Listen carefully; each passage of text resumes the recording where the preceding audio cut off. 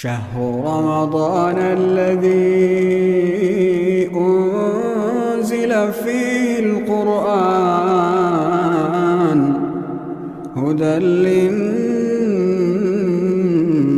وبينات من الهدى والفرقان. اعوذ باللہ من الشیطان الرجیم. بسم اللہ الرحمن الرحیم. رب اشرح لی صدری ویسر لی امری واحلل عقدۃ من لسانی یفقہوا قولی. السلام علیکم ورحمۃ اللہ وبرکاتہ. اللہ رب العزت ہم سب کو صحت، ایمان اور تقوی کی بہترین حالت میں رکھے. اللہ تعالی ہم سب سے راضی ہو جائے. آمین ثم آمین. اللہ کے پاک نام سے 9ویں پارے کا آغاز کرتے ہیں. سورہ الاعراف ہے، آیت نمبر 88 ہے، اور بات چل رہی ہے قافلہ دعوت حق کے حوالے سے. ہم دیکھ رہے ہیں اس قافلے کا جو سالار ہیں وہ حضرت شعیب علیہ السلام ہیں. اس کی قوم کے جن سرداروں نے تکبر کیا تھا، انہوں نے کہا، اے شعیب، ہم تجھ کو اور ان کو جو تمہارے ساتھ ایمان لائے ہیں ضرور اپنی بستی سے نکال دیں گے، یا تم ضرور ہماری ملت میں واپس پلٹ آؤ گے. شعیب نے کہا، کیا بھلا اگر ہم اس کو ناپسند کرنے والے ہوں؟ آیت نمبر 89 ہے، یقیناً ہم نے اللہ تعالیٰ پر جھوٹ باندھا ہے اگر ہم اس کے بعد بھی تمہاری ملت میں لوٹ آئیں گے. اللہ تعالیٰ نے ہمیں اس سے نجات دی ہے اور ہم کو یہ لائق نہیں ہے کہ ہم اس میں لوٹ آئیں، مگر یہ کہ اللہ تعالیٰ جو ہمارا رب ہے وہ چاہے. ہمارا رب ہر چیز کو اپنے علم سے گھیرے ہوئے ہے. ہم نے اللہ تعالیٰ پر بھروسہ کیا. اے ہمارے رب، ہمارے اور ہماری قوم کے درمیان حق کے ساتھ فیصلہ فرما، اور تو ہی بہترین فیصلہ کرنے والا ہے. اور اس کی قوم میں سے جن سرداروں نے انکار کیا تھا، انہوں نے کہا، اگر تم شعیب کی پیروی کرو گے تو یقیناً تم نقصان اٹھانے والے ہو جاؤ گے. چنانچہ ان کو ایک زلزلے نے آ پکڑا، لہٰذا وہ اپنے گھروں میں اوندھے پڑے رہ گئے. جن لوگوں نے شعیب کو جھٹلایا گویا وہ کبھی ان میں بسے ہی نہ تھے. جن لوگوں نے شعیب کو جھٹلایا وہی نقصان اٹھانے والے تھے. سو شعیب نے ان سے منہ پھیر لیا اور کہا، اے میری قوم، یقیناً میں نے تمہیں اپنے رب کے پیغامات پہنچا دیے اور میں نے تمہاری خیر خواہی کی تھی. پھر میں کافر قوم پر کیسے افسوس کروں جو انکار کرنے والی ہو. رکوع کا موضوع ہے قافلہ دعوت حق، اور سالار قافلہ ہیں حضرت شعیب علیہ السلام. مقصد زندگی کی بات کریں تو خیر خواہی سے رب کے پیغامات پہنچانا ہے، اور ہر پیغمبر نے یہی کام کیا کہ اللہ تعالیٰ کے بندوں تک اللہ کا پیغام پہنچایا ہے. کامیاب لوگوں کے حوالے سے اگر دیکھیں تو وہ باطل کو ناپسند کرتے ہیں، اللہ رب العزت کے پیغامات پہنچاتے ہیں اور خیر خواہی کا کام کرتے ہیں. اور اگر ناکام لوگوں کے حوالے سے بات کریں تو ناکام لوگوں کے رویے کیسے ہوتے ہیں؟ وہ تکبر کرتے ہیں، ایمان والوں کو ان کے علاقے سے، ان کے ایریے سے نکالنے کی دھمکیاں دیتے ہیں، دین ناحق پر لوگوں کو پلٹانے کے لیے کوشش کرتے ہیں. اللہ تعالیٰ کی پیروی کو نقصان کا باعث جو ہے نا وہ سمجھتے ہیں، اور پھر پروف بھی یہ کرتے ہیں اور اس کے اوپر عمل نہیں کرتے، اور وہ حق کا انکار کرنے والے ہوتے ہیں. انشاءاللہ تعالیٰ ہم نے کیا کرنا ہے؟ ہم نے قافلہ حق میں شامل ہونا ہے، اللہ تعالیٰ سے ثابت قدمی کی دعائیں کرنی ہیں، اور اللہ تعالیٰ کے راستے میں جو ہے اپنا جان مال، اپنی جو ہے زندگی لگا دینی ہے انشاءاللہ تعالیٰ. رکوع نمبر 2 کو دیکھتے ہیں، اور آیت نمبر ہے 94. اور ہم نے جس بستی میں کوئی نبی بھیجا تو اس کے باشندوں کو سختی اور تنگی میں مبتلا کر کر ان پر گرفت کی تاکہ وہ عاجزی اختیار کریں.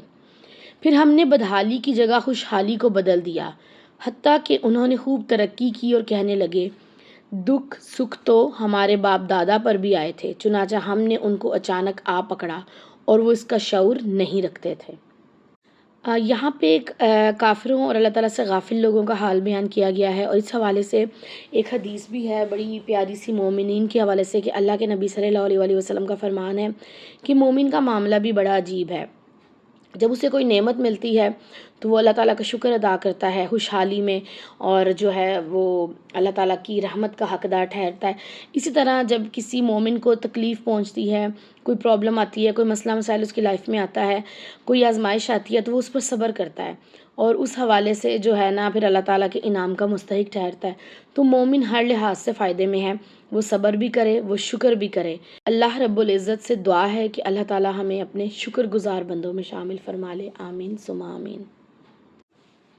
آیت نمبر 96 ہے، اور اگر بستیوں کے لوگ ایمان لاتے اور اللہ تعالیٰ سے ڈر جاتے تو ہم ان پر آسمان اور زمین کی برکتیں کھول دیتے، لیکن انہوں نے جھٹلایا، چنانچہ ہم نے انہیں اس کی وجہ سے آ پکڑا جو وہ کمایا کرتے تھے۔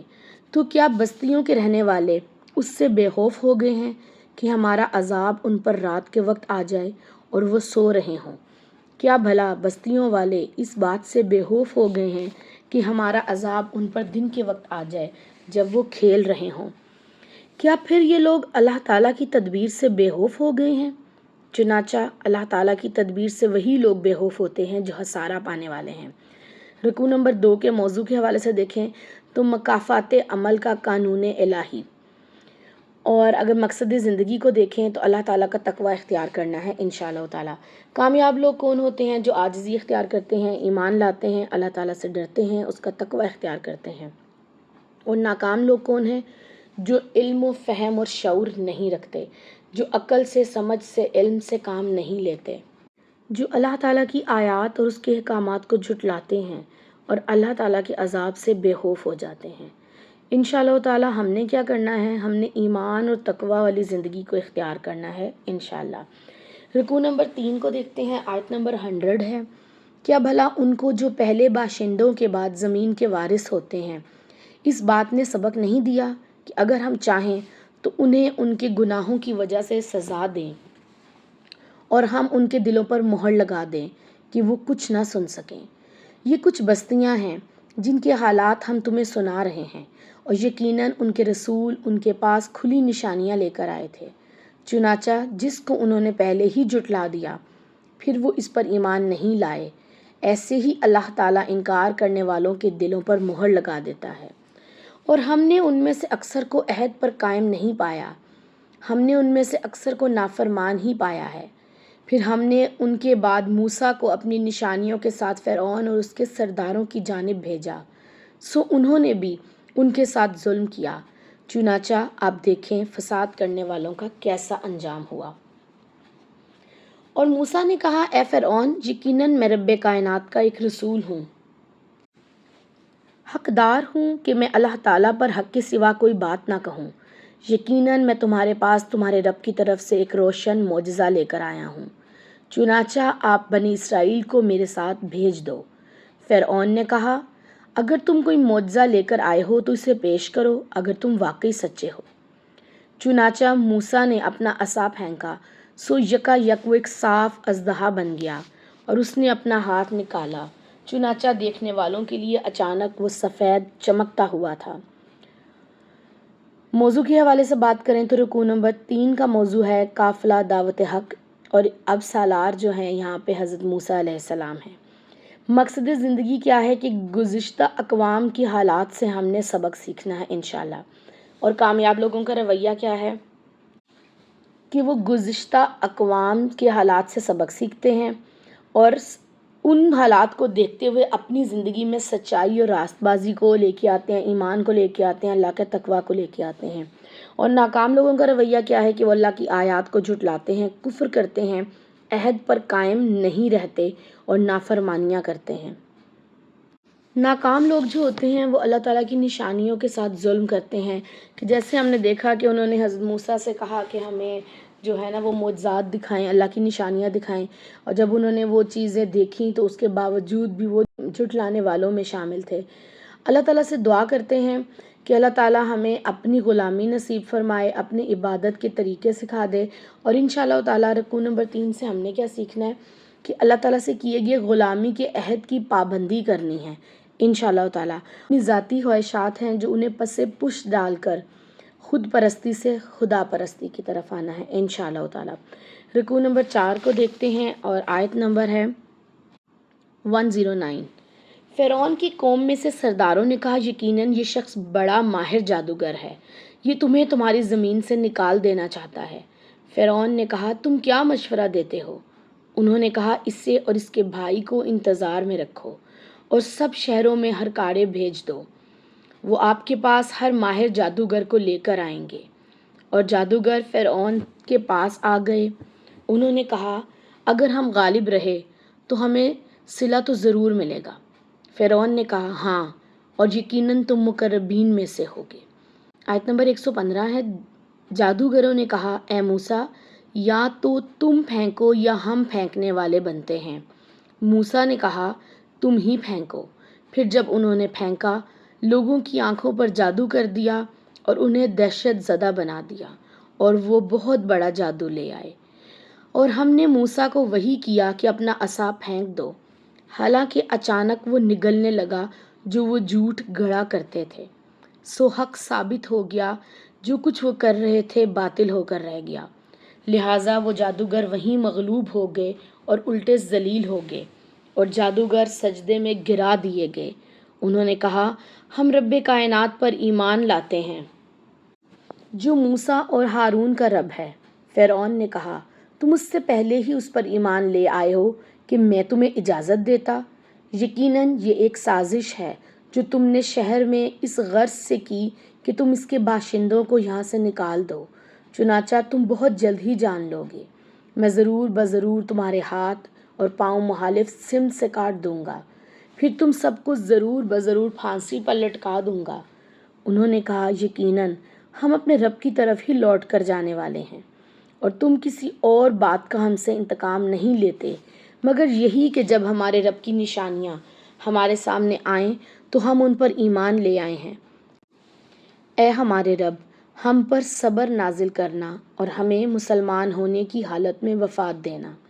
رکوع کے موضوع کے حوالے سے دیکھیں تو حضرت موسیٰ کے خلاف فرعون کی محاذ آرائی کے حوالے سے بات چیت ہوئی ہے رکوع نمبر 4 میں، اور مقصد زندگی کیا ہے کہ موت تک اسلام پر قائم رہنا ہے انشاءاللہ۔ کامیاب لوگوں کے رویے دیکھتے ہیں کہ وہ اللہ تعالیٰ پر ایمان لاتے ہیں، اللہ تعالیٰ کی طرف لوٹ جانے کا انہیں یقین ہوتا ہے، وہ اللہ تعالیٰ سے صبر کے لیے دعائیں کرتے ہیں اور موت تک اسلام پر قائم رہنے کے لیے دعائیں کرتے ہیں۔ ناکام لوگوں کا رویہ کیا ہے؟ وہ جادو کرتے ہیں، واقعات کا غلط تجزیہ کرتے ہیں، لوگوں پر ظلم کرتے ہیں۔ ہم نے کیا کرنا ہے؟ انشاءاللہ تعالیٰ اپنے دل میں یہ احساس رکھنا ہے کہ ہم نے اپنے رب کی طرف لوٹ کر جانا ہے انشاءاللہ، اور اس کے لیے ہم نے جو ہے دعائیں کرنی ہے، دنیا میں صبر سے کام لینا ہے، استقامت کے لیے دعائیں کرنی ہے انشاءاللہ۔ رکوع نمبر 5 کو دیکھتے ہیں، اور آیت نمبر ہے 127۔ اور قوم فرعون کے سرداروں نے کہا کیا تو موسیٰ اور اس کی قوم کو یوں ہی چھوڑ دے گا کہ وہ زمین میں فساد پھیلائیں اور تجھے اور تیرے معبود کو چھوڑ دیں؟ فرعون نے کہا عنقریب ہم ان کے بیٹوں کو قتل کر دیں گے اور ان کی عورتوں کو زندہ رکھیں گے، اور ہم ان پر مکمل حاوی ہوں گے۔ موسیٰ نے اپنی قوم سے کہا اللہ تعالیٰ سے مدد مانگو اور صبر کرو، یقیناً زمین اللہ تعالیٰ کی ہے، وہ اپنے بندوں میں سے جسے چاہتا ہے اس کا وارث بنا دیتا ہے، اور انجام کار پرہیزگاروں ہی کا ہے۔ سورہ البقرہ میں اللہ رب العزت فرماتے ہیں اے مومنو صبر اور نماز کے ساتھ مدد طلب کرو۔ تو ہمیشہ جب بھی مدد اللہ تعالیٰ سے چاہنی ہے تو انشاءاللہ تعالیٰ اس کے 2 ہی سٹیپس ہیں، نماز اور صبر۔ آیت نمبر 129 ہے، موسیٰ کی قوم نے کہا ہم تمہارے آنے سے پہلے بھی ستائے گے، تمہارے آنے کے بعد بھی۔ موسیٰ نے کہا قریب ہی تمہارا رب تمہارے دشمن کو ہلاک کر دے گا، تمہیں زمین میں جانشین بنا دے گا، وہ کہے گا تم کیسے عمل کرتے ہو؟ موسیٰ علیہ السلام کو اللہ تعالیٰ پر بہت بھروسہ تھا، اور اللہ تعالیٰ بھی فرماتے ہیں کہ جو اللہ تعالیٰ پر توکل کرتا ہے اللہ تعالیٰ اس کے لیے کافی ہو جاتے ہیں۔ تو اللہ تعالیٰ ہمیں بھی ایسا توکل سکھا دے کہ ہمیں بھی لگے کہ اللہ ہمارے لیے کافی ہے الحمدللہ۔ موضوع کے حوالے سے بات کریں تو کفر کی پارلیمنٹ کا فیصلہ اور اس کے اثرات کے حوالے سے اس رکوع نمبر 5 میں بات ہوئی ہے، اور مقصد زندگی کیا ہے؟ اللہ تعالیٰ سے ڈر کے رہنا ہے انشاءاللہ۔ کامیاب لوگ بھی وہی ہیں جو اللہ تعالیٰ سے ڈرتے ہیں، وہ ہمیشہ صبر کرتے ہیں، اللہ تعالیٰ سے ہی نماز اور صبر کے ذریعے مدد طلب کرتے ہیں، اور اللہ تعالیٰ کی آیات سے ان کی نشانیوں سے نصیحت حاصل کرتے ہیں۔ ناکام لوگ کون ہیں؟ جو مخالفوں کو قتل کرنے کی سازشیں کرتے ہیں اور اپنے سے اپوزٹ لوگوں کو بہت تنگ کرتے ہیں، ستاتے ہیں۔ انشاءاللہ ہم نے کیا ارادہ کرنا ہے؟ ہم نے زندگی کے ہر معاملے میں اللہ رب العزت سے ہی مدد مانگنی ہے، اور نماز قائم کرنی ہے، اور صبر کرنا ہے انشاءاللہ۔ رکوع نمبر 6 کو دیکھتے ہیں، آیت نمبر 130 ہے، اور یقیناً ہم نے آل فرعون کو قحط سالی اور پھلوں کی کمی میں مبتلا کیا تھا، تاکہ وہ نصیحت حاصل کریں۔ چنانچہ جب ان پر خوشحالی آتی تو کہتے یہ ہمارے ہی لیے ہے، اور اگر ان پر بدحالی آتی تو موسیٰ اور اس کے ساتھیوں کی نحوست ٹھہراتے۔ سنو، یقیناً ان کی نحوست ہی اللہ تعالیٰ کے پاس ہے، لیکن ان میں سے اکثر لوگ نہیں جانتے۔ آیت نمبر 132 ہے، اور انہوں نے کہا کہ ہمیں مسحور کرنے کے لیے تم ہمارے پاس خواہ کوئی بھی نشانی لے آؤ، ہم تم پر ایمان لانے والے نہیں ہیں۔ ان آیات سے ہم نے ایک بات سیکھنی ہے کہ وہم کا کوئی علاج نہیں ہے، اور یہ سب تہمات جو ہے وہ ہمیں اللہ تعالیٰ سے دور کرتی ہیں، لہٰذا ہمیشہ اللہ تعالیٰ پر ہی توکل کرنا ہے، جیسے پیغمبروں نے اللہ تعالیٰ پر توکل کیا تھا۔ آیت نمبر 133 ہے، پھر ہم نے ان پر طوفان بھیجا اور ٹڈی دل اور جوئیں اور مینڈک اور خون کی الگ الگ نشانیاں دکھائیں، پھر بھی انہوں نے تکبر ہی کیا اور وہ مجرم لوگ تھے۔ اور جب ان پر کوئی عذاب آ پڑتا تو کہتے ہیں، اے موسیٰ، اپنے رب سے ہمارے لیے دعا کرو جو اس نے تم سے وعدہ کر رکھا ہے، اگر تم ہم پر سے یہ عذاب ہٹا دو تو ہم ضرور تم پر ایمان لے آئیں گے اور تمہارے ساتھ بنی اسرائیل کو ضرور بھیج دیں گے۔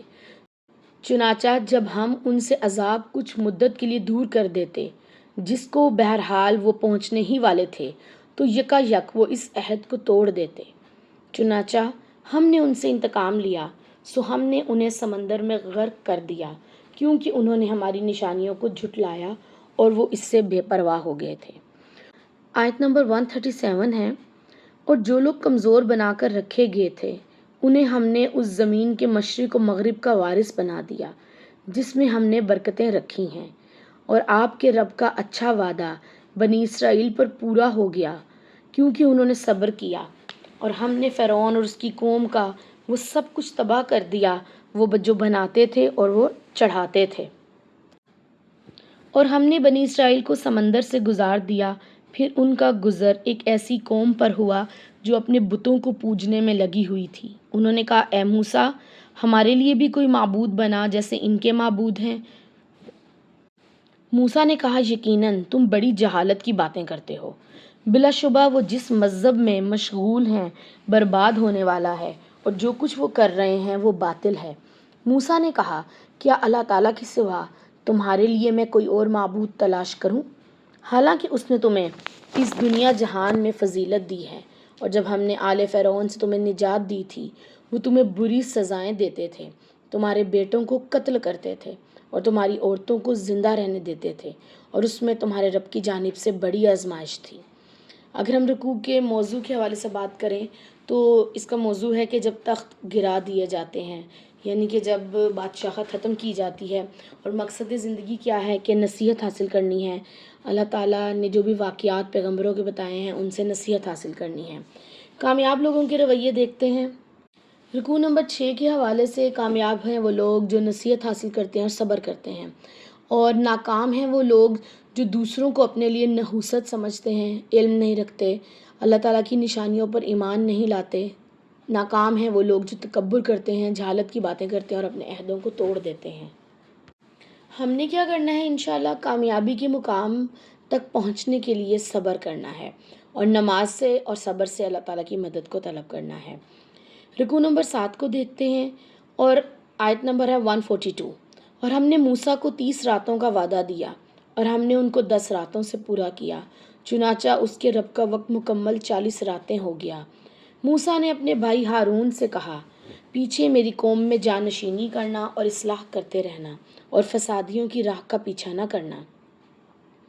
اور جب موسیٰ ہمارے مقرر کردہ وقت میں آیا اور اس کے رب نے اس سے کلام کیا، اس نے کہا، اے رب مجھے دکھا کہ میں تجھے دیکھوں۔ فرمایا، تم مجھے ہرگز نہیں دیکھ سکتے، البتہ پہاڑ کی طرف دیکھو، پھر اگر وہ اپنی جگہ قائم رہ جائے تو قریب ہی تم مجھے دیکھ سکو گے۔ چنانچہ جب اس کے رب نے پہاڑ پر جلوہ ڈالا تو اسے ریزہ ریزہ کر دیا۔ موسیٰ بے ہوش ہو کر گر پڑا، سو جب ہوش میں آیا تو بولا، تو پاک ہے، میں تجھ سے توبہ کرتا ہوں اور میں سب سے پہلا مومن ہوں۔ اس حوالے سے صحیح بخاری میں ایک روایت ہے کہ نبی صلی اللہ علیہ وسلم نے فرمایا، اللہ تعالیٰ کا حجاب نور ہے، اگر وہ اپنے چہرے سے یہ حجاب ہٹا دے تو جو کچھ زمین میں ہے وہ سب جل جائے گا، کیونکہ اللہ تعالیٰ کو کوئی دیکھ نہیں سکتا، لیکن یہ شرف اس مومن کو حاصل ہوگا قیامت کے دن جن سے اللہ تعالیٰ راضی ہوں گے اور جو اللہ تعالیٰ سے راضی ہوں گے۔ کل قیامت کے دن اللہ رب العزت جنتیوں سے پوچھیں گے کہ تمہیں تو ہر چیز مل گئی، اب کیا تمہیں کچھ اور چاہیے؟ تو وہ کہیں گے کہ نہیں، ہم نے تو ہر چیز دنیا کی مل گئی، اور جو ہم نے دنیا میں کمایا اس کا اجر ہمیں جنت کی صورت میں مل گیا، اب اس سے زیادہ اور کیا ہے؟ تو اللہ تعالیٰ ان لوگوں کو انعام کے طور پر اپنا دیدار کروائیں گے، اور یہ بہت بڑی جنتیوں کے لیے بلیسنگ ہوگی کہ ہم اپنے خالق کائنات سے ملیں گے انشاءاللہ تعالیٰ۔ اللہ تعالیٰ سے دعا کرتے ہیں اور اللہ تعالیٰ سے امید باندھتے ہیں کہ اللہ تعالیٰ ہمیں نبی صلی اللہ علیہ وسلم کی شفاعت نصیب فرمائے اور اپنا دیدار نصیب فرمائے، آمین ثم آمین۔ آیت نمبر 144 ہے، اللہ تعالیٰ نے کہا، اے موسیٰ، یقیناً اپنے کلام اور پیغام کے لیے میں نے تجھے تمام لوگوں میں سے منتخب کیا ہے، چنانچہ جو میں تمہیں دیتا ہوں اسے پکڑو اور شکر کرنے والوں میں سے ہو جاؤ۔ اور ہم نے تختیوں میں اسے ہر قسم کی نصیحت اور ہر چیز کی تفصیل لکھ دی، پھر ان کو مضبوطی سے پکڑو اور اپنی قوم کو بھی حکم دو کہ وہ اچھی باتیں پکڑیں، جلد ہی میں تجھے نافرمانوں کے گھر دکھاؤں گا۔ آیت نمبر 146 ہے، جلد ہی میں اپنی آیات سے ان لوگوں کو پھیر دوں گا جو زمین میں ناحق تکبر کرتے ہیں، اور اگر وہ ہر قسم کی نشانی دیکھیں تو بھی ان پر ایمان نہ لائیں گے، اور اگر وہ ہدایت کا راستہ دیکھیں گے اس کو اپنا راستہ نہیں بنائیں گے، اور اگر وہ گمراہی کا راستہ دیکھیں گے اس کو اپنا راستہ بنا لیں گے۔ یہ اس وجہ سے ہے کہ انہوں نے ہماری آیات کو جھٹلایا اور وہ ان سے غافل ہی رہے۔ یہاں پہ ناحق تکبر کی بات کی گئی ہے، تو تکبر کی وجہ سے اللہ رب العزت کی جو پہچان ہے نا وہ ان سے چھین لی جائے گی، کیونکہ تکبر جو ہے یہ صرف اللہ تعالیٰ کی چادر ہے اور کوئی انسان اس چیز کو حاصل کرنے کی پوزیشن میں نہیں ہے، اور جو اس کے لیے ایفرٹ کرے گا وہ منہ کے بل ہی گرے گا۔ آیت نمبر 147 ہے، اور جن لوگوں نے ہماری آیات کو اور آخرت کی ملاقات کو جھٹلایا ان کے اعمال ضائع ہو گئے، انہیں بدلے میں وہی دیا جائے گا جو وہ کیا کرتے تھے۔ نبی صلی اللہ علیہ وسلم کا فرمان ہے کہ تکبر دراصل حق سے انکار کرنے کو کہتے ہیں، اور جو حق سے انکار کرتا ہے اٹس مین کہ وہ اللہ تعالیٰ کی ذات سے انکار کرتا ہے، اٹس مین کہ جب انکار کیا تو وہ اللہ تعالیٰ سے اور دوسرے لوگوں سے خود کو سپیریئر اور بڑا سمجھتا ہے۔ تو بڑائی، کبریائی، عظمت، تکبر یہ اللہ رب العزت کی ہی چادریں ہیں، اور جب بھی کسی انسان نے اس کو جو ہے اوڑھنے کی کوشش کی ہے اللہ تعالیٰ نے اس کو دنیا میں بھی رسوا کر دیا اور آخرت میں اس کے لیے کوئی بھی جگہ نہیں ہے۔ رکوع نمبر 7 کا موضوع دیکھیں تو انوکھی ملاقات ہے اس کا موضوع، اور مقصد زندگی کیا ہے؟ اللہ تعالیٰ کے کلام کو مضبوطی سے پکڑنا ہے، لوگوں کو اس پر عمل کرنے کا حکم دینا اور اس کے اچھے پہلو کی پیروی کرنا ہے۔ اگر ہم رکوع نمبر 7 کے حوالے سے کامیاب لوگوں کے رویے دیکھیں تو کامیاب ہیں وہ لوگ، ان کے رویے ایسے ہوتے ہیں کہ وہ اصلاح کرنے والے ہوتے ہیں، وہ بگاڑ پیدا کرنے والوں کے طریقوں پر نہیں چلتے، وہ توبہ کرنے والے ہوتے ہیں۔ کامیاب لوگ وہ ہوتے ہیں جو ایمان لاتے ہیں، رب کی تسبیح بیان کرتے ہیں، شکر ادا کرتے ہیں، اللہ تعالیٰ کے کلام کو مضبوطی سے پکڑتے ہیں، اپنے لوگوں کو کلام اللہ پر عمل کرنے کے لیے موٹیویٹ کرتے ہیں، اور اللہ تعالیٰ کے کلام کے جو بھی شریعت کے قوانین ہیں ان کی پیروی کرتے ہیں۔ اور ناکام لوگ کون ہوتے ہیں؟ جو تکبر کرتے ہیں، جو ایمان نہیں لاتے، جو ہدایت کا راستہ دیکھنے کے باوجود کوئی جھوٹا اپنا راستہ بنا لیتے ہیں، وہ راستہ جو ان کو فائدہ دے۔ وہ اللہ تعالیٰ کی آیات کو جھٹلاتے ہیں، اللہ تعالیٰ کی آیات سے غفلت برتتے ہیں اور آخرت کے دن کی ملاقات کو جھٹلاتے ہیں۔ تو ایسے میں ہم نے کیا کرنا ہے؟ حق کے دلائل کو کھلے دل سے قبول کرنا ہے، انہیں غیر اہم سمجھ کر نظر انداز نہیں کرنا، بلکہ انہیں اہم سمجھ کر اپنی زندگی میں شامل کرنا ہے انشاءاللہ تعالیٰ۔ رکوع نمبر 8 کو دیکھتے ہیں، اور آیت نمبر ہے 148۔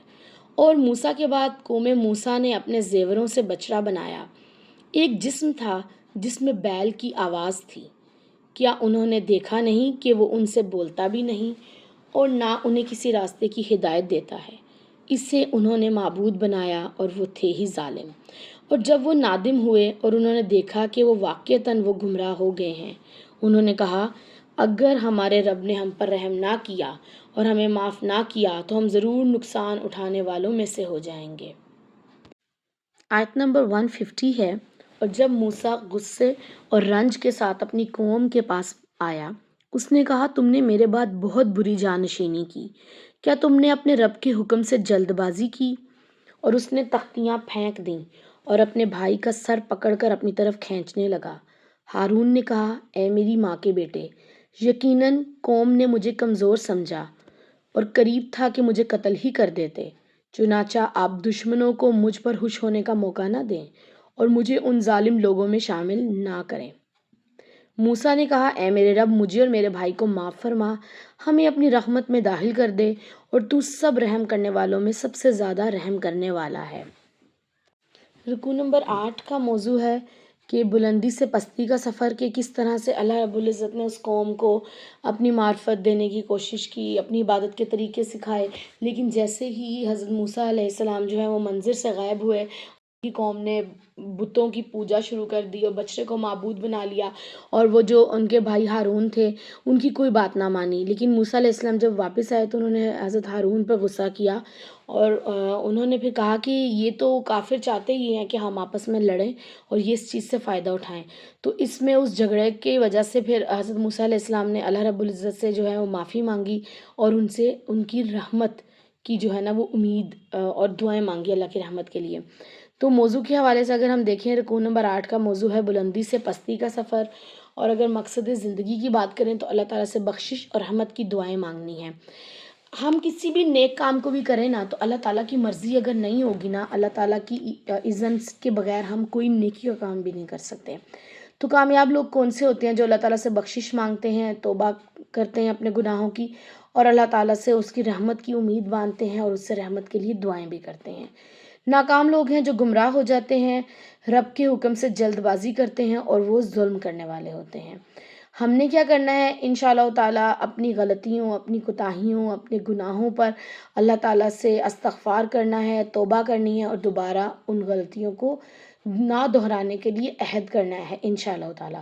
رکوع نمبر 9 کو دیکھتے ہیں، اور آیت نمبر ہے 152۔ یقیناً جن لوگوں نے بچے کو معبود بنایا، عنقریب ان کے رب کا ان کو غضب پہنچے گا، دنیا کی زندگی میں ذلت، اور ہم جھوٹے لوگوں کو ایسے ہی بدلہ دیتے ہیں۔ اور جن لوگوں نے برائیاں کی پھر اس کے بعد انہوں نے توبہ کی اور وہ ایمان لے آئے، یقیناً آپ کا رب اس کے بعد بڑا بخشنے والا، بڑا رحم کرنے والا ہے۔ اور جب موسیٰ کا غصہ ٹھنڈا ہوا، اس نے اپنی تختیاں اٹھائیں، اور ان کی تحریر میں ان کے لیے ہدایت اور رحمت تھی جو اپنے رب سے ہی ڈرتے ہیں۔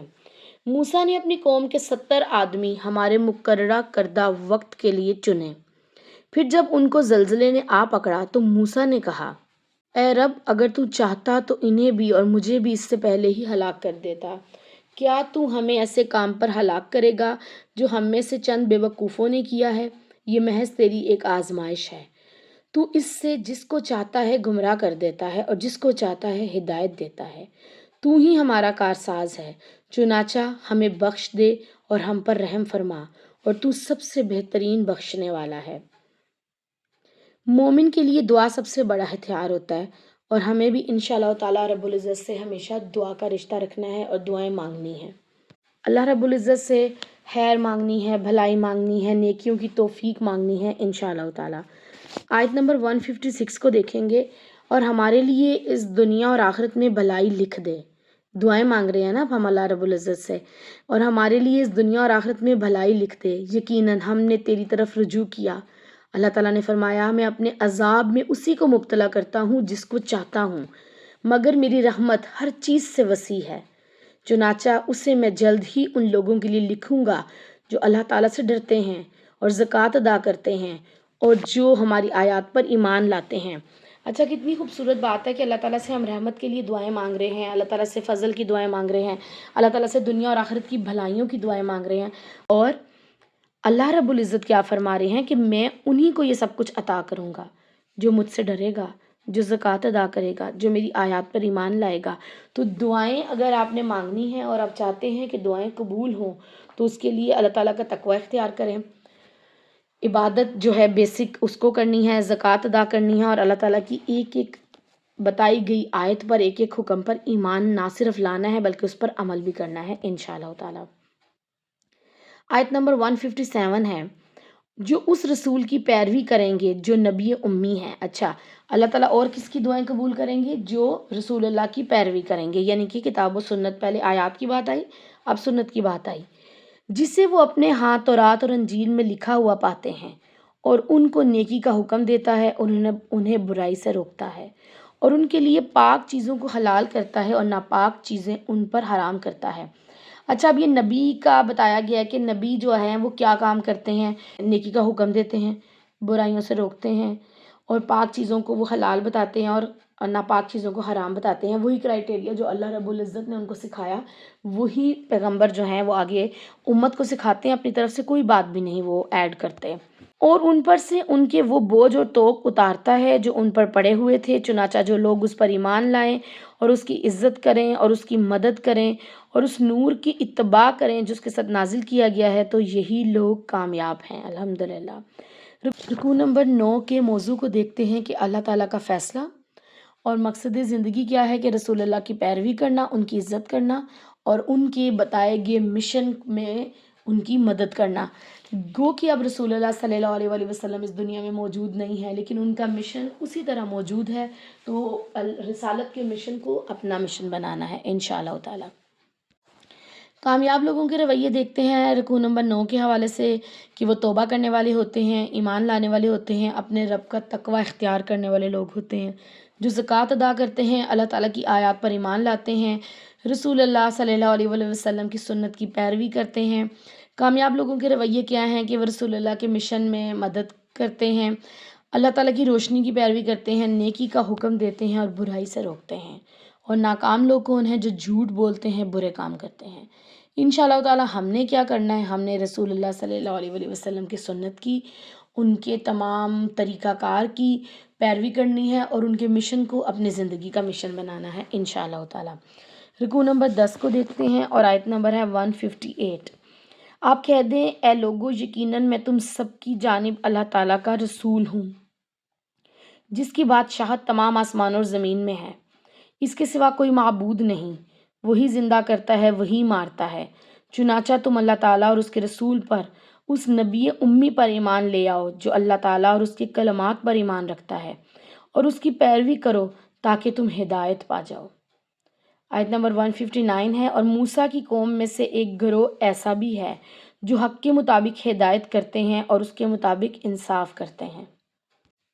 آیت نمبر 160 ہے، اور ہم نے ان کو 12 خاندانوں میں تقسیم کر کے انہیں الگ الگ گروہ بنا دیا۔ جب موسیٰ کی قوم نے اس سے پانی مانگا تو ہم نے اس کو وحی کی کہ پتھر پر اپنا عصا مارو، چنانچہ اس سے 12 چشمے پھوٹ نکلے، ہر خاندان اپنا اپنا گھاٹ پہچان گیا، اور ہم نے ان پر بادلوں کا سایہ کیا، ان پر من و سلوہ اتارا، پاک چیزوں میں سے کھاؤ جو ہم نے تمہیں دی ہیں، اور انہوں نے ہم پر ظلم نہیں کیا بلکہ خود پر ہی وہ ظلم کرتے رہے۔ یہاں بنی اسرائیل قوم کے اوپر جو اللہ رب العزت نے انعامات کیے اس کے بارے میں بتایا ہے کہ میں نے الگ الگ قبیلے کا الگ الگ چشمہ جو ہے وہ بہا دیا تاکہ کوئی کسی سے لڑائی جھگڑا بھی نہ کرے۔ اللہ تعالیٰ فرما رہے ہیں کہ میں نے ان پر بادلوں کا سایہ کیا، انہیں آسمان سے من و سلوہ ان کے لیے اتارا، اور اس کے بعد ان لوگوں نے پھر بھی اللہ تعالیٰ کی قدر نہ پہچانی، نہ قدر جانی جیسا کہ اس کی قدر جاننے کا پہچاننے کا حق تھا۔ تو اگر آج ہم اپنے رویوں پر غور کریں تو کیا ہم بنی اسرائیل قوم سے کم ہیں؟ ہم اللہ تعالیٰ کے حق کو پہچانتے ہیں؟ کیا ہم اللہ تعالیٰ کا حق ویسے ادا کر رہے ہیں جیسا کہ حق ادا کرنے کا حق ہے؟ ضرور اپنے اعمال کا جائزہ لیتے رہیے۔ آیت نمبر 161 ہے، اور جب ان سے کہا گیا کہ اس بستی میں جا کر بس جاؤ اور اس میں سے کھاؤ جہاں سے بھی تم چاہو، اور کہنا کہ ہمیں معاف فرما، اور دروازے سے جھک کر داخل ہونا، ہم تمہاری خطائیں معاف کر دیں گے، ہم نیکوکاروں کو جلد ہی اور زیادہ دیں گے۔ آیت نمبر 162 ہے، سو ان میں سے ظلم کرنے والوں نے بات کو اس کے خلاف سے بدل ڈالا جو ان سے کہی گئی تھی، چنانچہ ہم نے ان پر آسمان سے عذاب بھیج دیا کیونکہ وہ ظلم کیا کرتے تھے۔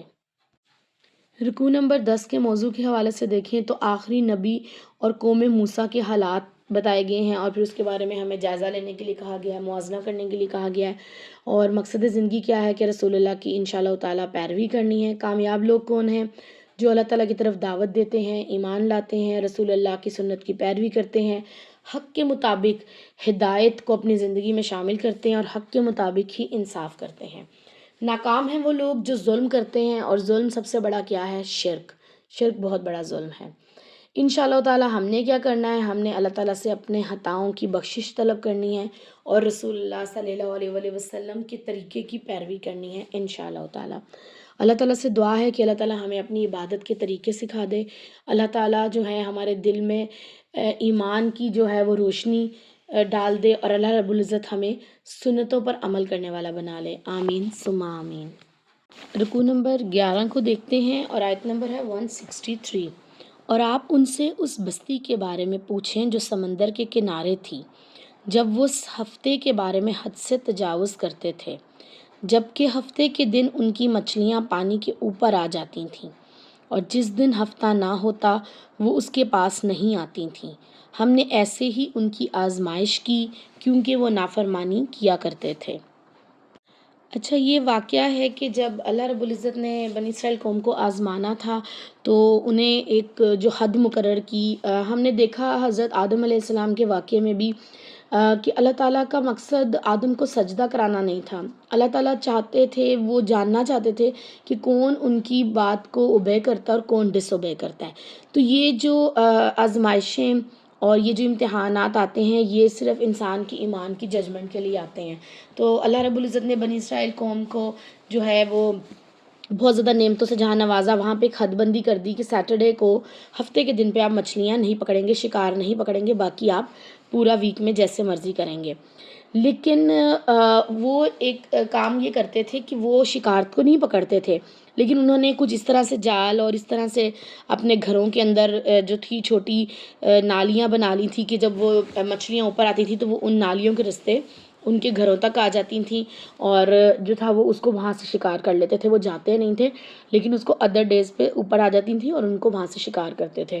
یہاں پہ ہم نے ایک بات سیکھنی ہے کہ دین میں ہیلا بازی، بہانے بازی جو ہے نا وہ شیطان کا کام ہے۔ جیسے کہ آپ دیکھیں کہ کان آپ رائٹ سائڈ سے پکڑ لیں یا لیفٹ سائڈ سے پکڑ لیں، پکڑنا تو کان ہے۔ تو یہ جب چیز اللہ تعالیٰ نے منع کی ہے تو اس سے منع ہونا ہے۔ اور یہاں پہ ہم جو پچھلی اقوام کے واقعات پڑھ رہے ہیں، جو قصے پڑھ رہے ہیں، اس سے سیکھنا یہی ہے کہ ان لوگوں نے کہاں کہاں غلطیاں کی اور ہم نے کہاں کہاں سے اپنا جائزہ لیتے ہوئے اپنے ایمان کی حفاظت کرنی ہے اور اپنے ایمان کو بہتر بنانا ہے انشاءاللہ تعالیٰ، اور اللہ تعالیٰ کی فرما برداری کرنی ہے اور اللہ تعالیٰ کے ساتھ اپنے کنیکشن کو مضبوط کرنا ہے انشاءاللہ۔ آیت نمبر 164 ہے، اور جب ان میں سے ایک گروہ نے کہا، تم ایسے لوگوں کو کیوں نصیحت کرتے ہو جنہیں اللہ تعالیٰ ہلاک کرنے والا ہے یا سخت عذاب دینے والا ہے؟ انہوں نے جواب دیا، تمہارے رب کے حضور معذرت کے لیے، اور شاید وہ اللہ تعالیٰ سے ڈر بھی جائیں۔ پھر جب انہوں نے بھلا دیا جس کی انہیں نصیحت کی گئی تھی تو ہم نے ان کو نجات دی جو برائی سے روکا کرتے تھے، اور ان کو بدترین عذاب کے ساتھ آ پکڑا جنہوں نے ظلم کیا، کیونکہ وہ نافرمانی کیا کرتے تھے۔ آیت نمبر 166 ہے، پھر جب انہوں نے اس میں سرکشی کی جس سے انہیں روکا گیا تھا، ہم نے ان سے کہا کہ ذلیل بندر بن جاؤ، اور جب آپ کے رب نے اعلان کر دیا کہ وہ ان پر قیامت کے دن تک ضرور ایسے لوگ بھیجتا رہے گا جو ان کو بدترین عذاب چکھاتے رہیں گے، بلا شبہ آپ کا رب جلد سزا دینے والا ہے، یقیناً وہ بڑا بخشنے والا، بڑا رحم کرنے والا ہے۔ اللہ رب العزت نے یہاں پہ جو ہے وہ سزا سنا دی کہ جن لوگوں نے اللہ تعالیٰ کی نافرمانی کی تو اللہ تعالیٰ نے ان کو پھر پھٹکارے ہوئے بندر، ذلیل بندر بنا دیا، اور اس کے بعد کچھ دنوں کے بعد ان کی موت واقع ہو گئی۔ یہاں پہ بہت سے جو ڈارون کی تھیوری ہے وہ یہ کہتی ہے کہ انسان جو تھا وہ پہلے بندر تھا، تو یہ ایسی بات نہیں ہے، یہ وہ سزا یافتہ لوگ تھے جن کو اللہ تعالیٰ کی طرف سے عذاب آیا تھا، اور یہ جو بندروں کی نسل ہے یہ وہ نسل بالکل بھی نہیں ہے، یہ ایک الگ سے اللہ تعالیٰ نے بنایا، اور یہ ان کو پنشمنٹ دی گئی تھی جس کے بعد وہ اس دنیا سے وہ صفحہ ہستی سے مٹ گئے تھے اللہ کے نافرمان لوگ۔ ہم دیکھتے ہیں پچھلی اقوام کے واقعات میں اور قصوں میں کہ اللہ رب العزت کی نافرمانی جس قوم نے بھی کی ہے اللہ تعالیٰ نے اس کو صفحہ ہستی سے ہی مٹا دیا ہے۔ آج ہم کتنی نافرمانیاں کرتے ہیں، پھر اللہ تعالیٰ کے غضب کو آواز دیتے ہیں۔ اللہ تعالیٰ سے دعائیں ہیں کہ اللہ رب العزت ہمیں اپنا فرما بردار بندہ بنا لے اور ہمیں اپنے رحمت کے سائے میں جگہ عطا فرما دے، آمین ثم آمین۔ آیت نمبر 168 ہے، اور ہم نے ان کو گروہ گروہ بنا کر زمین میں تقسیم کر دیا، ان میں سے کچھ نیک ہیں اور کچھ اس کے علاوہ ہیں۔ ہم نے انہیں اچھے اور برے حالات سے آزمایا تاکہ وہ پلٹ آئیں۔ سو ان کے بعد ناخلف لوگ جانشین ہوئے جو کتاب کے وارث بنے، وہ اس دنیا کا مال و متاع سمیٹتے ہیں اور کہتے ہیں کہ عنقریب ہمیں تو بخش ہی دیا جائے گا، اور اگر ایسا ہی مال و متاع ان کے سامنے پھر آئے تو اس کو بھی لے لیں گے۔ کیا ان سے کتاب میں پختہ عہد نہیں لیا گیا تھا کہ وہ اللہ تعالیٰ پر حق کے سوا کوئی اور بات نہ کہیں گے؟ حالانکہ انہوں نے پڑھ رکھا ہے جو بھی اس میں ہے، اور آخرت کا گھر ہی ان کے لیے بہترین ہے جو اللہ تعالیٰ سے ڈر کر رہتے ہیں۔ کیا پھر بھی تم سمجھتے نہیں ہو؟ یہاں پہ اللہ تعالیٰ کے ڈر کے حوالے سے بات ہوئی ہے، تو کیا آپ سوچتے ہیں کہ اللہ تعالیٰ کا ڈر خود بخود انسان کے دل میں آتا ہے یا اس کو لرن کرنا پڑتا ہے؟ تو اللہ رب العزت ہی قرآن پاک میں فرماتے ہیں کہ مجھ سے میرے علم والے بندے ہی ڈرتے ہیں۔ جس کو اللہ تعالیٰ کی ہستی کا، اللہ کی صفات کا، اللہ کے اسماء و صفات کا، اللہ تعالیٰ کی معرفت پوری حاصل ہوگی، وہی تو اللہ تعالیٰ سے ڈرے گا۔ جس کو اللہ تعالیٰ کے بارے میں کچھ پتہ ہی نہیں، وہ اللہ تعالیٰ سے کیا محبت کرے گا یا کیا اللہ کا خوف رکھے گا؟ اور اگر ہم دیکھتے ہیں کہ اعمال بھی کرنے کا جو کرائٹیریا ہے کہ وہ اللہ تعالیٰ کے خوف سے ہم غلط اعمال سے رک جائیں اور اللہ تعالیٰ کی محبت میں اور انعام اور جنت کے حصول کے لیے نیک اعمال کی طرف جائیں، تو یہ اللہ تعالیٰ اور ایک بندے کا رشتہ ہے کہ اللہ تعالیٰ سے محبت بھی رکھنی ہے، اللہ تعالیٰ کا خوف بھی رکھنا ہے۔ اللہ تعالیٰ سے دعا کرتے ہیں کہ اللہ رب العزت ہمیں اپنی محبت اور اپنا خوف دونوں نصیب فرما دے۔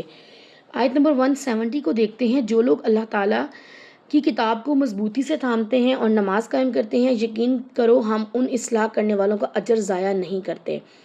اچھا، اللہ تعالیٰ کی رسی کو مضبوطی سے تھامنا یہی ہے۔ نبی صلی اللہ علیہ وسلم کا فرمان ہے کہ قرآن اللہ تعالیٰ کی مضبوط رسی ہے جس کا ایک سرا بندے کے ہاتھ میں اور ایک اللہ تعالیٰ کے ہاتھ میں ہے۔ اسی طرح ایک اور حدیث میں اللہ کے نبی صلی اللہ علیہ وسلم نے فرمایا کہ میں تم میں 2 چیزیں چھوڑے جا رہا ہوں، ایک کتاب اللہ اور ایک میری سنت۔ جو ان کو تھام لے گا وہ کبھی پوری زندگی گمراہ نہیں ہوگا۔ تو گمراہی سے بچنا ہے، اگر جہالت کے اندھیروں سے نکل کر روشنی میں آنا ہے تو ہمیں قرآن و سنت کو تھامنا ہی پڑے گا۔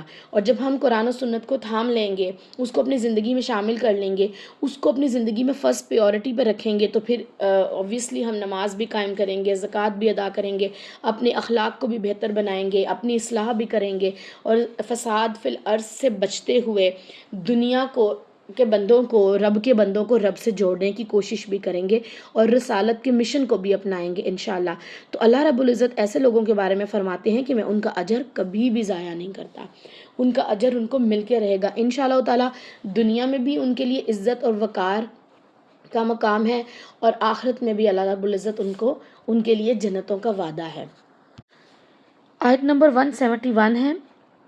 اور جب ہم نے پہاڑ کو ان پر اٹھا دیا گویا وہ سائبان تھا، اور انہوں نے گمان کیا کہ وہ ان پر واقعتاً آ پڑے گا۔ جو ہم نے تمہیں دیا ہے اسے مضبوطی سے پکڑو، اور جو بھی اس میں ہے اسے یاد رکھو کہ تم پرہیزگار بن جاؤ۔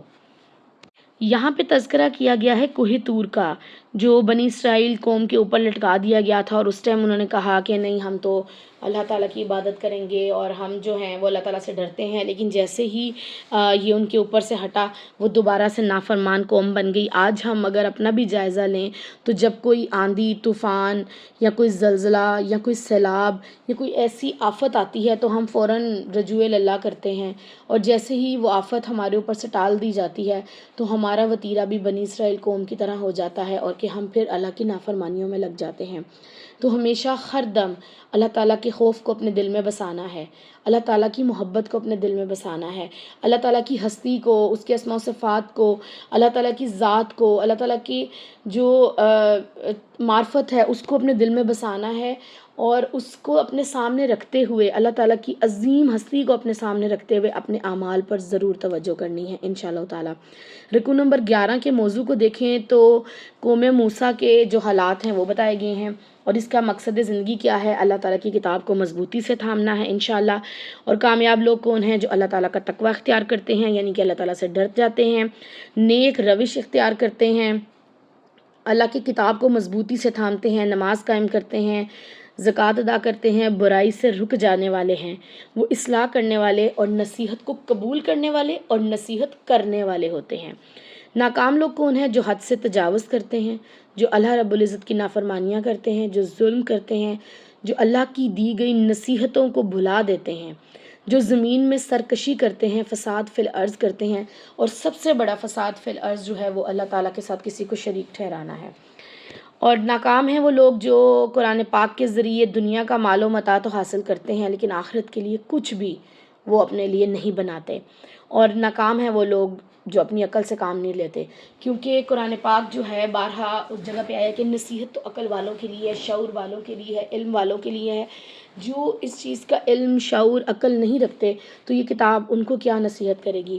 انشاءاللہ تعالی ہم نے کیا کرنا ہے؟ اللہ تعالیٰ کی رسی کو مضبوطی سے تھامنا ہے اور رسول اللہ کے قدموں کی پیروی کرنی ہے انشاءاللہ تعالی۔ رکوع نمبر 12 کو دیکھتے ہیں اور آیت نمبر ہے 172۔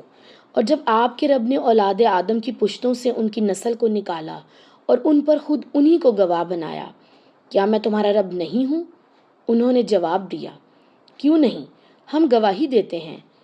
کہیں قیامت کے دن تم کہو کہ ہم تو اس سے بالکل ہی بے خبر تھے۔ آیت نمبر 173 ہے، یا کہو کہ پہلے ہمارے باپ دادا ہی نے شرک کیا تھا اور ہم تو ان کے بعد کی نسل تھے، سو کیا تو ہمیں اس وجہ سے ہلاک کرے گا جو باطل پرستوں نے کیا؟ اور ہم آیات ایسے ہی تفصیل سے بیان کرتے ہیں تاکہ وہ رجوع کریں۔ ہم دیکھتے ہیں نبی صلی اللہ علیہ وسلم کی حدیث ہے کہ ہر بچہ دین فطرت پر پیدا ہوا ہے، یہ تمہارے والدین ہیں جو تمہیں یہودی، مجوسی اور عیسائی بناتے ہیں۔ تو اللہ تعالیٰ نے ان آیات میں فرما دیا سورہ الاعراف کی کہ جب اولاد آدم کو جو ہے نا آدم کی پشت سے پیدا کیا گیا، وہ نسل نکالی گئی، تو اللہ تعالیٰ نے اس وقت پوچھا تھا کیا میں تمہارا رب ہوں؟ تو سب لوگوں نے اس بات پہ ایگری کیا تھا کہ آپ ہمارے رب ہیں، لیکن اس کے بعد ہم دیکھتے ہیں دنیا میں آ کے بہت سے لوگ بھول گئے۔ یہاں سے ہمیں پتہ چلتا ہے کہ ہر بچہ دین فطرت پر پیدا ہوا ہے۔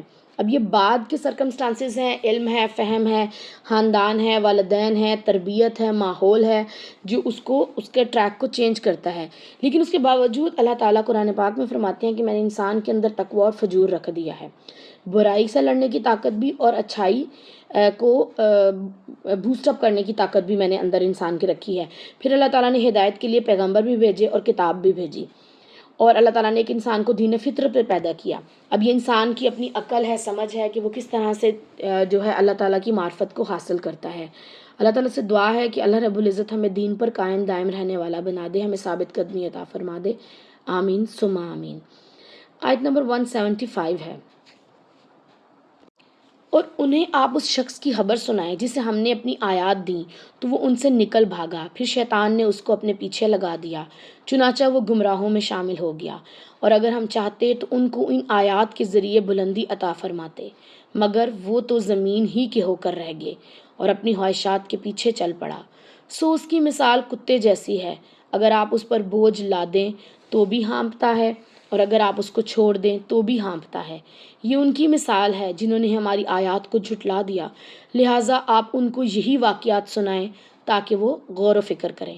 بری مثال ہے ان کی جنہوں نے ہماری آیات کو جھٹلایا اور خود پر ہی وہ ظلم کیا کرتے تھے۔ جسے اللہ تعالیٰ ہدایت دے سو وہی ہدایت یافتہ ہے، اور جسے وہ گمراہ کر دے سو وہی نقصان اٹھانے والا ہے۔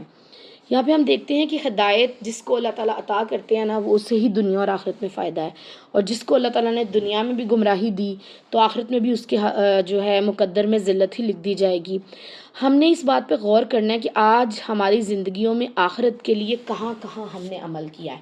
آج ایک لسٹ بنائیں اور اس پہ لکھیں کہ میں نے یہ جتنے بھی دنیا کے کام ہیں جو کہ ہمیں دنیا میں بھیجا گیا ہے، دنیا کا حسنہ بھی ہم نے اپنے زندگیوں میں شامل کرنا ہے، اور دنیا کی جو بھی نعمتیں اللہ رب العزت نے ہمیں عطا کی ہیں وہ ہمارے ہی لیے ہیں، لیکن ان سب کے باوجود ہم نے اپنی آخرت کے لیے کون کون سے اعمال جو ہیں وہ کیے ہیں۔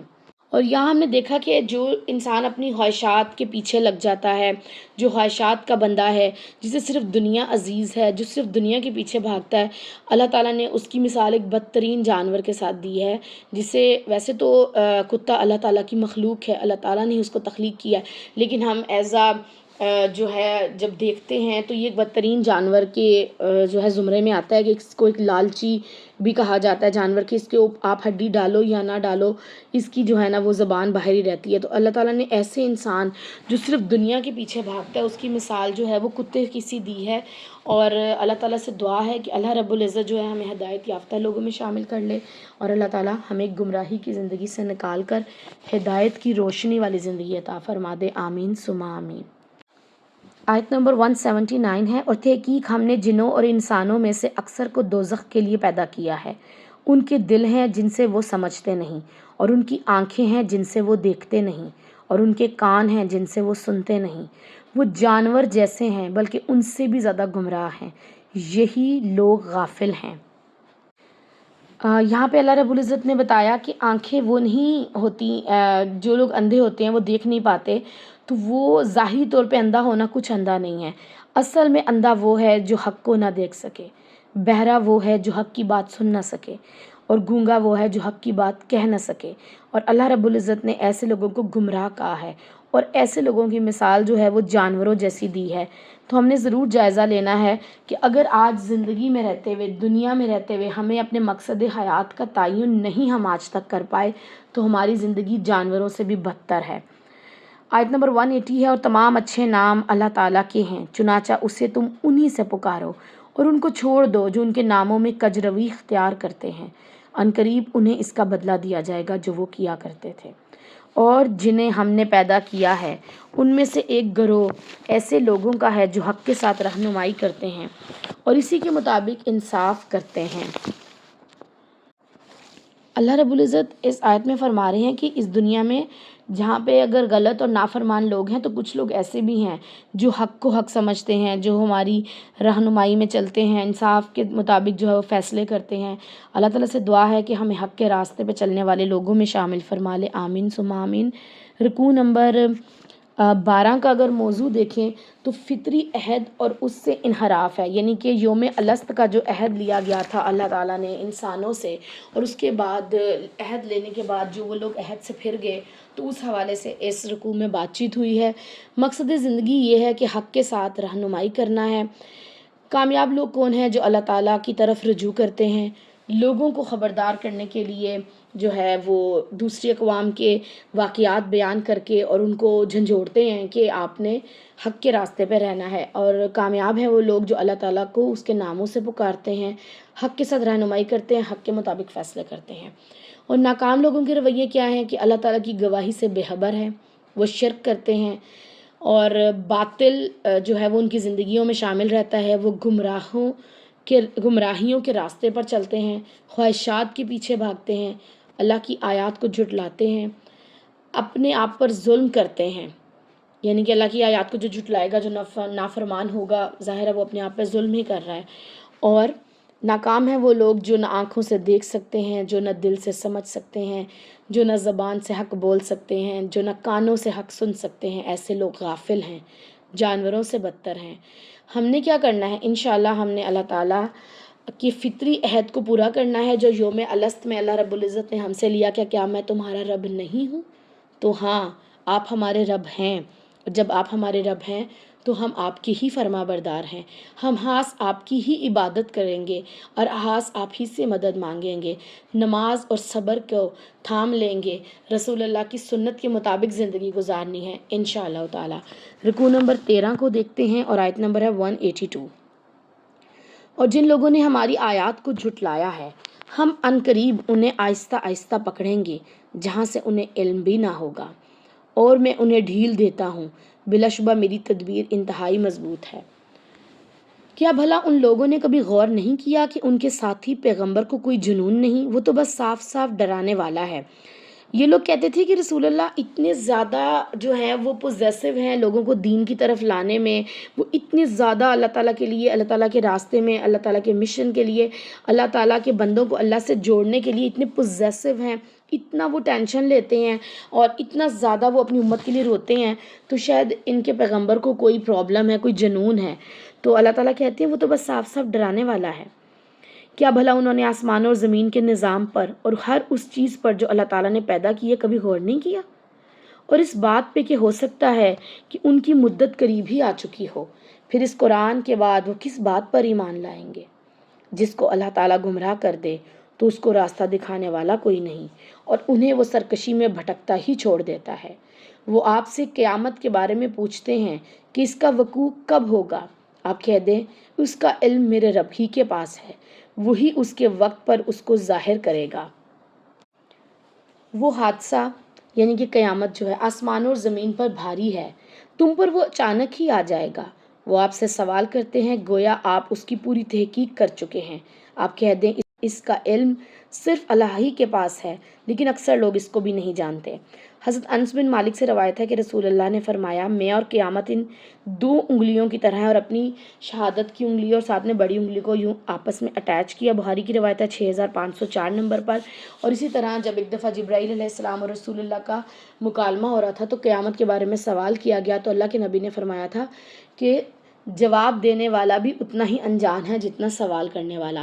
تو ہم ہر بار یہ کیوں کہتے ہیں، اور اکثر جو ہے کفار مکہ بھی یہی کہتے تھے اور آج ہم بھی یہ کہتے ہیں کہ قیامت کب آئے گی؟ اللہ کے نبی کہتے تھے کہ آپ نے تیاری کر لی، ہمیں کیا لگے کب آئے گی، ہمیں تو اپنی تیاری پہ فوکس کرنا ہے نا۔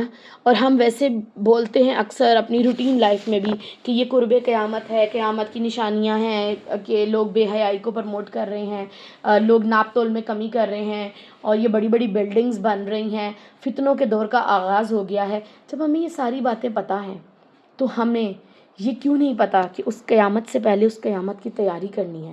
قیامت کے بارے میں بات کرنے پہ تو ہم بڑے فوکس ہوتے ہیں، لیکن اس کی تیاری پہ ہم کیوں نہیں فوکس؟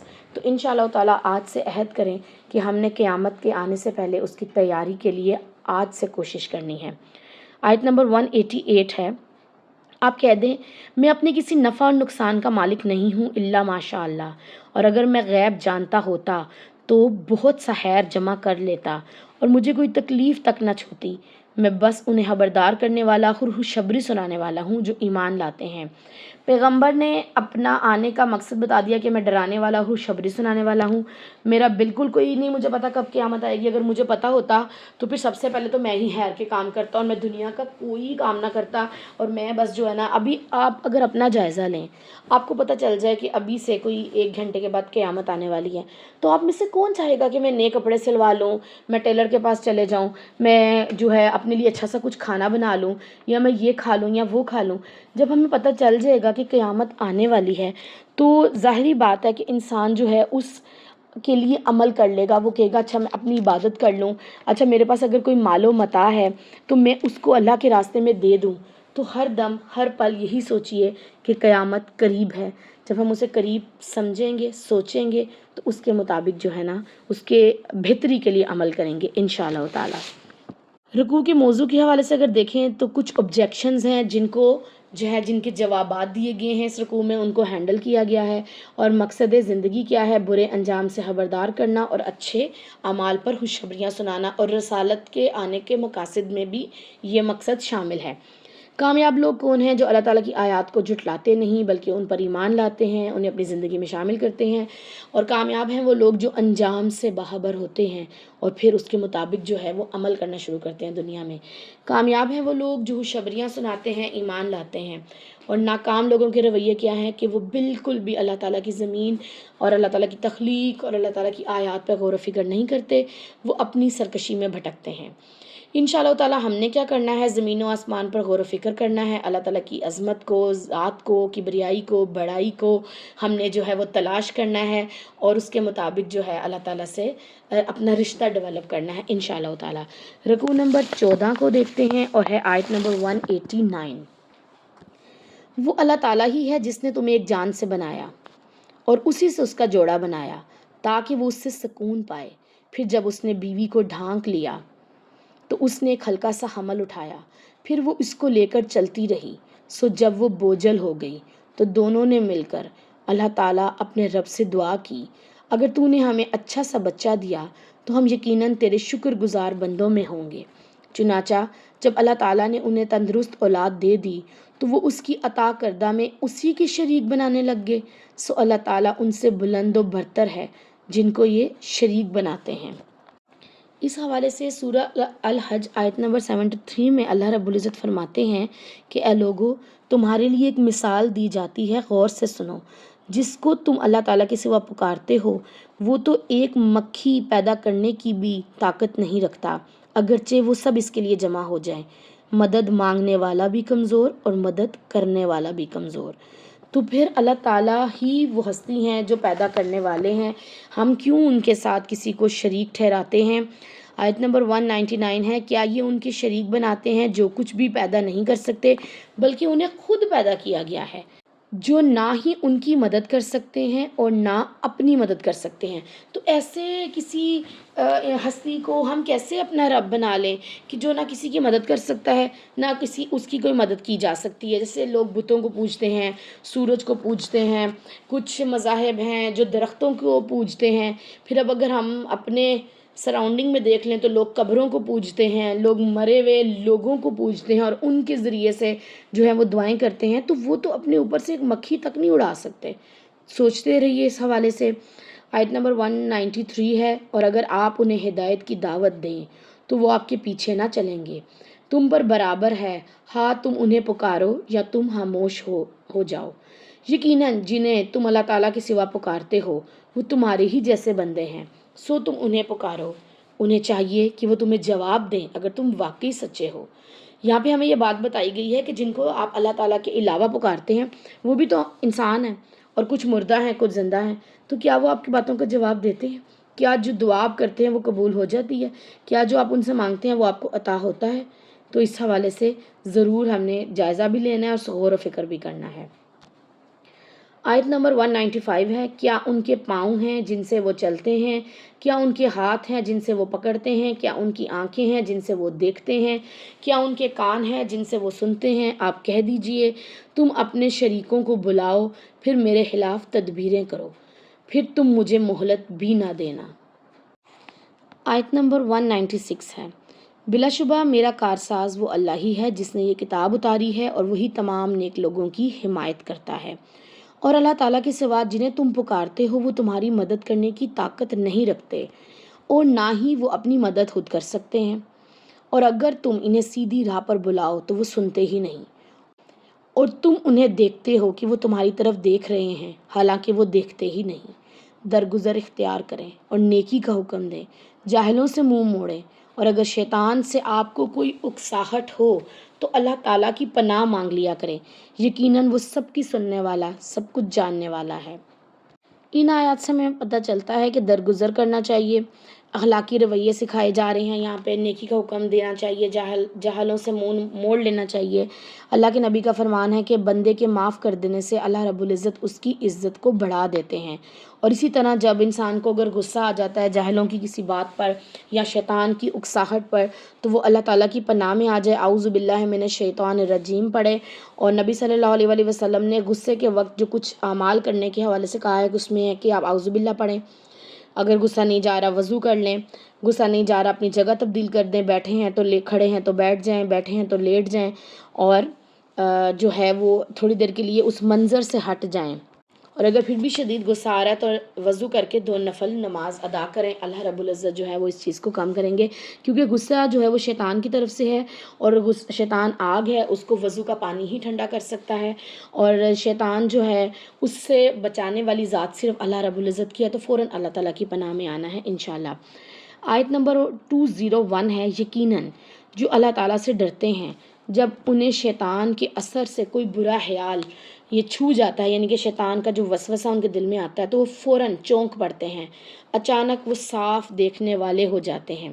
اچھا، جو شیطان ہے نا وہ انسان کو ضرور ورغلاتا ہے، اکساتا ہے، اس کے دل میں وسوسہ ڈالتا ہے، لیکن جو لوگ اللہ تعالیٰ کے ساتھ جن کے کنیکشنز مضبوط ہوتے ہیں نا، جو اللہ تعالیٰ کے ساتھ جن کا تعلق بڑا اسٹرانگ ہوتا ہے، وہ شیطان کی اکساہٹ کو پہچان جاتے ہیں، لیکن جو پہلے ہی اللہ تعالیٰ سے دور انسان ہے وہ شیطان کی اکساہٹ کو کیا پہچانے گا؟ تو شیطان سے بچنے کے لیے سب سے پہلا کام کیا ہے؟ اللہ تعالیٰ کے ساتھ تعلق کو مضبوط کرنا ہے انشاءاللہ تعالیٰ۔ آیت نمبر 202 ہے، اور اپنے بھائیوں کو وہ شیطان گمراہی میں ہی کھینچے جاتے ہیں، پھر وہ کمی نہیں کرتے۔ اچھا، یہاں پہ بھائی کا ورڈ اس لیے کہ جو شیطان کی بات مانے گا وہ شیطان کا بھائی ہو جائے گا، لیکن جو اللہ تعالیٰ کی پناہ میں آ جائے گا وہ شیطان سے دور ہو جائے گا۔ آیت نمبر 203 ہے، اور جب آپ ان کے پاس کوئی نشانی نہیں لاتے تو کہتے ہیں تم کیوں نہیں چھانٹ لائے؟ آپ کہہ دیجئے میں تو اسی کی پیروی کرتا ہوں جو میرے رب کی طرف سے مجھ پر وحی کیا جاتا ہے، یہ تمہارے رب کی جناب سے روشن دلائل ہیں، اور ان لوگوں کے لیے ہدایت رحمت ہے جو ایمان رکھتے ہیں۔ اور جب قرآن پڑھا جائے تو اسے توجہ سے سنو، خاموش رہو تاکہ تم پر رحمت کی جائے۔ اچھا، اللہ رب العزت کی رحمت ہم سب چاہتے ہیں، ہم چاہتے ہیں کہ اللہ تعالیٰ ہم سے محبت کرے، ہم پہ اپنا فضل کرے، ہم پر اپنی رحمت کرے، تو اس آیت میں رحمت کے حصول کا طریقہ بتایا گیا ہے کہ پہلی بات تو یہ ہے کہ جب قرآن پڑھا جائے تو اسے توجہ سے سنیں اور خاموشی سے سنیں، شور نہیں کریں، اس کے معنوں پہ غور کریں، تو اللہ تعالیٰ ہم پر اپنی رحمت کے جو ہے وہ رحمت بنائے رکھیں گے۔ پھر اگلی بات کیا ہے، آیت نمبر 205 میں اپنے رب کو اپنے دل میں صبح اور شام یاد کریں اور عاجزی کے ساتھ اور خوف کے ساتھ، پست آواز کے ساتھ، اور غافلوں میں سے نہ ہو جائیں۔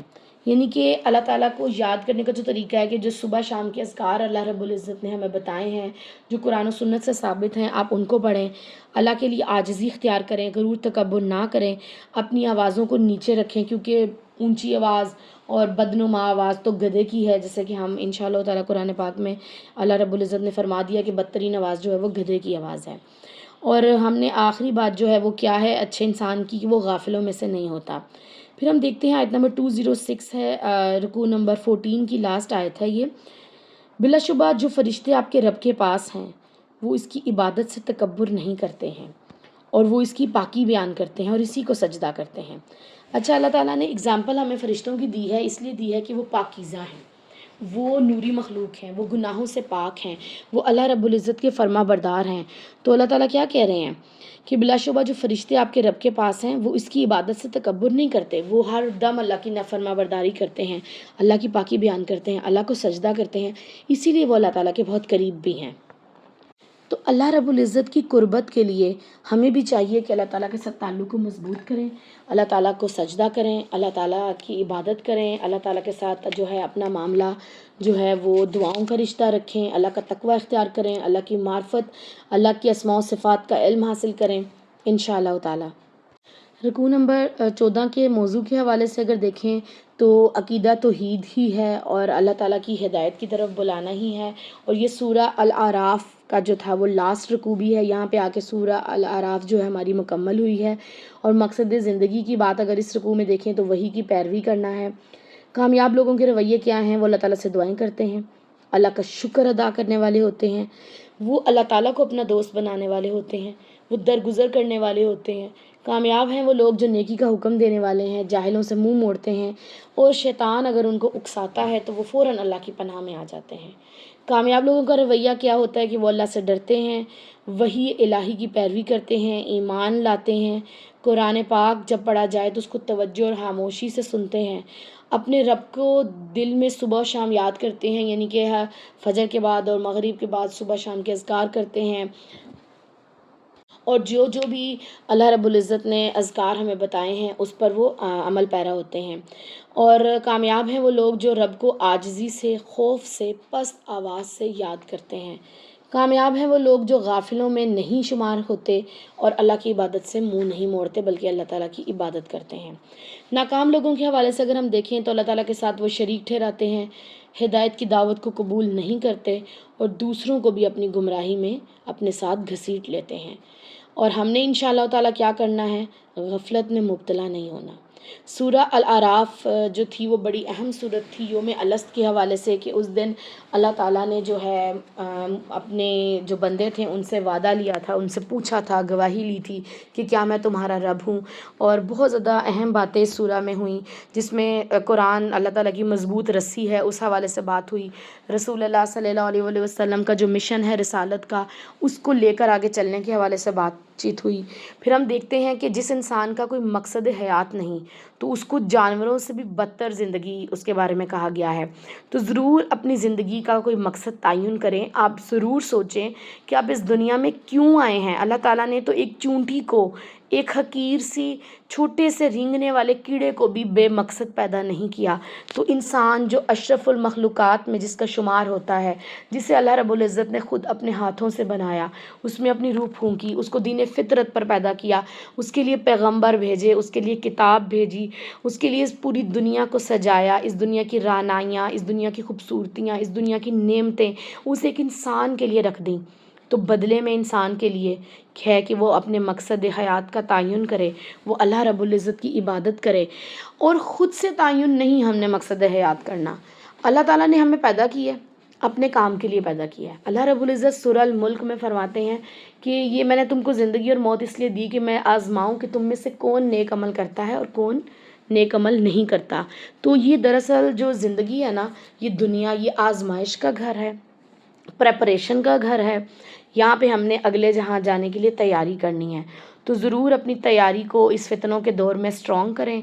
جو اللہ تعالیٰ نے ہمیں مقصد حیات دے کے بھیجا ہے، اللہ کی رسی کو مضبوطی سے تھام لیں، تفرقہ بازی نہ کریں، اور رسالت کے مشن کو جو ہے وہ اپنا لیں، اور اسی میں عافیت ہے، اسی میں نجات ہے۔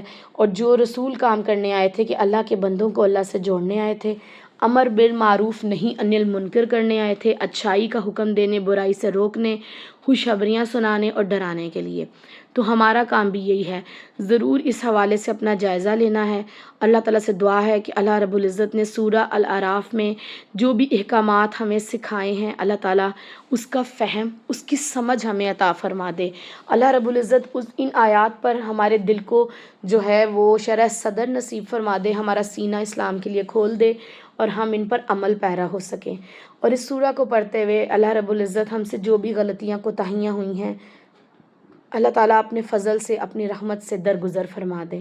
آمین ثم آمین۔ اللہ تعالیٰ کے پاک نام سے سورہ الانفال کا آغاز کرتے ہیں۔ یہ مدنی صورت ہے، اس میں 75 آیات اور 10 رکوعات ہیں۔ اللہ کے نام سے جو وسیع رحمت والا، بہت رحم کرنے والا ہے۔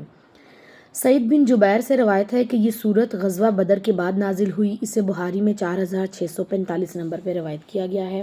آیت نمبر 1 کو دیکھتے ہیں۔ وہ آپ سے اموال غنیمت کے بارے میں پوچھتے ہیں، آپ کہہ دیجئے غنیمتیں اللہ تعالیٰ اور اس کے رسول ہی کے لیے ہیں، چنانچہ تم اللہ تعالیٰ سے ڈر جاؤ اور اپنے آپس کے تعلقات کی اصلاح کرو، اللہ تعالیٰ اور اس کے رسول کی اطاعت کرو اگر تم مومن ہو۔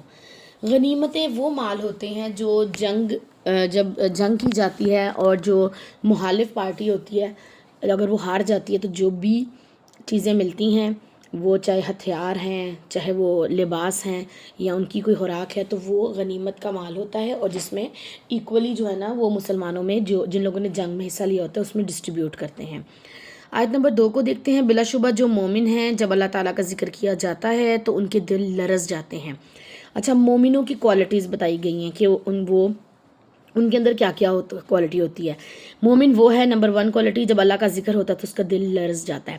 آپ لوگوں نے ان آیات کو پڑھتے ہوئے ساتھ ساتھ اپنا جائزہ لینا ہے، کیا ہم اس کیٹیگری میں آتے ہیں یا نہیں آتے، اور اگر آتے ہیں تو اللہ کا شکر ادا کرنا ہے اور ثابت قدمی کی دعا کرنی ہے، اور اگر نہیں آتے تو کیوں نہیں آتے، اور پھر اس کے لیے کوشش کیسے کرنی ہے۔ تو بلا شبہ وہ مومن ہیں، جب اللہ کا ذکر کیا جاتا ہے تو ان کے دل لرز جاتے ہیں، اور جب اللہ تعالیٰ کی آیات ان کو پڑھ کر سنائی جاتی ہیں تو ان کا ایمان بڑھ جاتا ہے، یہ دوسری بات ہے، اور وہ اپنے رب پر اعتماد کرتے ہیں، یہ تیسری بات ہے۔ اور وہ کیسے لوگ ہوتے ہیں، آیت نمبر 3 میں دیکھتے ہیں، جو نماز قائم کرتے ہیں اور جو ہم نے انہیں دیا اس میں سے خرچ کرتے ہیں۔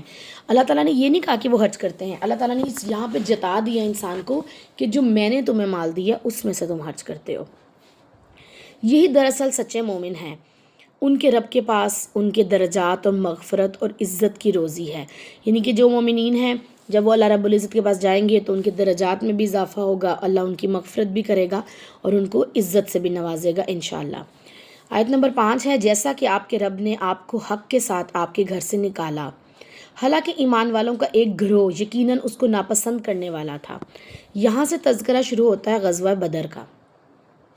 آیت نمبر 6 کو دیکھتے ہیں۔ وہ اس حق میں آپ سے جھگڑ رہے تھے، اس کے باوجود کہ وہ واضح ہو چکا تھا، گویا وہ دیکھتی آنکھوں موت کی طرف ہانکے جا رہے ہیں۔ اور جب اللہ تعالیٰ تم سے وعدہ کر رہا تھا کہ 2 گروہوں میں سے ایک یقیناً تمہارا ہے، اور تم چاہتے تھے یقیناً غیر مسلح گروہ ہی تمہارے لیے ہو، مگر اللہ تعالیٰ ارادہ کر چکا تھا کہ اپنے کلمات سے حق کو حق کر دکھائے اور کافروں کی جڑ کاٹ دے، تاکہ وہ حق کو حق کر دکھائے اور باطل کو باطل کر دکھائے، خواہ مجرموں کو ناگوار گزرے۔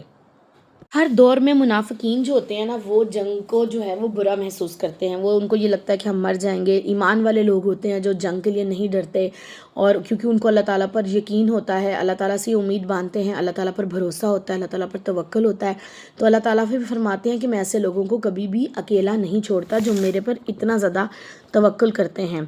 آیت نمبر 9 کو دیکھتے ہیں۔ اور جب تم اپنے رب سے فریاد کر رہے تھے چنانچہ اس نے تمہاری فریاد کو قبول کیا، یقیناً میں فرشتوں میں سے لگاتار 1000 بھیج کر تمہاری مدد کرنے والا ہوں۔ یہاں پہ رسول اللہ صلی اللہ علیہ وسلم نے دعا کی تھی، کیونکہ کفار کے جو تھا لشکر وہ بہت بھاری تھا، اس کے پاس اسلحہ بھی زیادہ تھا، نفری بھی زیادہ تھی، تو اللہ تعالیٰ ہی ہیں جن سے دعائیں کی جا سکتی ہیں۔ رسول اللہ صلی اللہ علیہ وسلم نے اللہ تعالیٰ سے غزوہ بدر کے موقع پر یہ دعا فرمائی تھی کہ یا رب العزت، میں تمہیں تمہارے عہد کا واسطہ دیتا ہوں، اگر تم چاہتے ہو کہ کافر غالب آئیں اور آپ کی عبادت کرنے والا کوئی نہ ہو۔ اس پر آپ نے ابو بکر صدیق کا ہاتھ تھام لیا تو یہ آیت نمبر 9 نازل ہوئی، جب اللہ رب العزت نے فرمایا کہ جب تم اپنے رب سے فریاد کر رہے تھے چنانچہ اس نے تمہاری فریاد کو قبول کیا، یقیناً میں فرشتوں میں سے لگاتار 1000 بھیج کر تمہاری مدد کرنے والا ہوں۔ اور اللہ تعالیٰ نے محض اس کو خوشخبری بنایا تھا اور تاکہ تمہارے دل اس سے مطمئن ہو جائیں، اور مدد صرف اللہ ہی کے پاس ہے، یقیناً اللہ تعالیٰ بڑا زبردست بڑی حکمت والا ہے۔ اگر ہم موضوع کی طرف آئیں رکوع کے، تو غزوہ بدر کے حالات پر تبصرہ اور سچے مومنین کی صفات کے بارے میں بات کی گئی ہے، اور مقصد زندگی کیا ہے، اللہ تعالیٰ سے ڈر کر رہنا ہے انشاءاللہ تعالیٰ۔ ہم دیکھتے ہیں کہ کامیاب لوگ کون ہیں، تو وہ لوگ جو اللہ تعالیٰ سے ڈرتے ہیں، آپس کے تعلقات کی اصلاح کرتے ہیں، اللہ اور اس کے رسول کی اطاعت کرتے ہیں، ایمان لانے والے ہیں، وہ ہیں کامیاب لوگ جن کے دل جو ہیں اللہ کے ذکر پر لرز جاتے ہیں، جو رب پر اعتماد کرتے ہیں، جو نماز قائم کرتے ہیں، جو اللہ تعالیٰ کے رزق کو اللہ تعالیٰ کی عطا سمجھتے ہوئے اس کو اللہ کے راستے میں استعمال کرتے ہیں، جو اللہ تعالیٰ سے دعائیں مانگتے ہیں۔ اللہ تعالیٰ کی خوشخبری سے ان کے دل مطمئن ہو جاتے ہیں، وہ پھر ریلیکس ہو جاتے ہیں توکل کرنے کے بعد۔ اور ناکام لوگ کون ہیں؟ جو حق کے معاملے میں جھگڑا کرتے ہیں۔ انشاءاللہ تعالیٰ ہم نے کیا کرنا ہے؟ اپنے اندر سچے مومنین والی صفات پیدا کرنی ہے، اور وہ صفات کیا ہیں؟ کہ جب اللہ کا ذکر کیا جاتا ہے تو دل کو لرزنا چاہیے، جب اللہ کی آیات پڑھ کر سنائی جائیں تو ایمان کا بڑھ جانا چاہیے، اللہ تعالیٰ پر اعتماد کرنا ہے ہم نے انشاءاللہ، نماز کو قائم کرنا ہے، اللہ کے دیے میں سے خرچ کرنا ہے۔ تو انشاءاللہ تعالیٰ جب یہ صفات ہم اپنے اندر پیدا کریں گے تو اللہ تعالیٰ دنیا میں بھی آخرت میں بھی ہمارے درجات بھی بڑھائیں گے، ہماری گناہوں کی مغفرت بھی فرما دیں گے، اور ہمیں عزت کا مقام عطا فرمائیں گے انشاءاللہ تعالیٰ۔ رکوع نمبر 16 کو دیکھتے ہیں، اور آیت نمبر ہے 11 سورہ الانفال کی۔ جب اللہ تعالیٰ تمہارے تسکین کے لیے تم پر اونگ طاری کر رہا تھا اور آسمان سے تم پر پانی نازل کر رہا تھا تاکہ اس کے ذریعے سے تمہیں پاک کر دے اور تم سے شیطان کی گھبراہٹ کو دور کر دے، تمہارے دلوں کو مضبوط کر دے اور اس سے تمہارے قدم جما دے۔ یہ بات ہو رہی ہے غزوہ بدر کی ہی، جب فرشتے جو تھے وہ سکینت کے ساتھ جو ہے ان کا نزول ہوا اور مسلمانوں پر ایسی اونگ طاری ہوگی، وہ بہت زیادہ تھک گئے تھے، سٹریسڈ تھے، تو جیسے ہی انہوں نے اونگ لی اور دوبارہ سے وہ بیدار ہوئے تو وہ بہت فریش تھے، ایسے جیسے کہ وہ بڑی لمبی چوڑی نیند لے کے جو ہے نا وہ سو کے اٹھے ہیں، اور اللہ رب العزت نے مسلمانوں کو بالکل حشاش بشاش رکھا۔ حضرت ابو طلحہ فرماتے ہیں کہ ہم اونگ میں ایسی سچویشن میں تھے کہ ہماری تلواریں ہاتھ سے چھوٹ جاتی تھیں، لیکن اس کے باوجود وہ جنگ کے میدان میں تھے اور کافر نے ان کو شکست بھی نہیں دی تھی۔ آیت نمبر 12 ہے، جب تمہارا رب فرشتوں کو اشارہ کر رہا تھا کہ یقیناً میں تمہارے ساتھ ہوں، چنانچہ تم ایمان والوں کو ثابت قدم رکھو، عنقریب میں کافروں کے دلوں میں رعب ڈال دوں گا، پھر تم ان کی گردنوں کے اوپر ضرب لگاؤ اور ان کے جوڑ پر ضرب لگاؤ۔ یہ اس وجہ سے ہے کہ انہوں نے اللہ تعالیٰ اور اس کے رسول کی مخالفت کی، اور جو اللہ تعالیٰ اور اس کے رسول کی مخالفت کرے گا تو اللہ تعالیٰ یقیناً سخت سزا دینے والا ہے۔ یہ ہے تمہاری سزا، لہٰذا اس کا مزہ چکھو، یقیناً کافروں کے لیے آگ کا عذاب ہے۔ اے ایمان والو، جب تمہارا مقابلہ ایک لشکر کی صورت میں کافروں سے ہو تو ان کی طرف پیٹھ کر نہ بھاگو، اور جس نے لڑائی کی جگہ بدلنے یا فوج سے جا ملنے کے علاوہ اس دن ان سے پیٹھ پھیری، پھر یقیناً وہ اللہ تعالیٰ کے غضب میں گر جائے گا اور اس کا ٹھکانہ جہنم ہے، بہت ہی برا ٹھکانہ ہے۔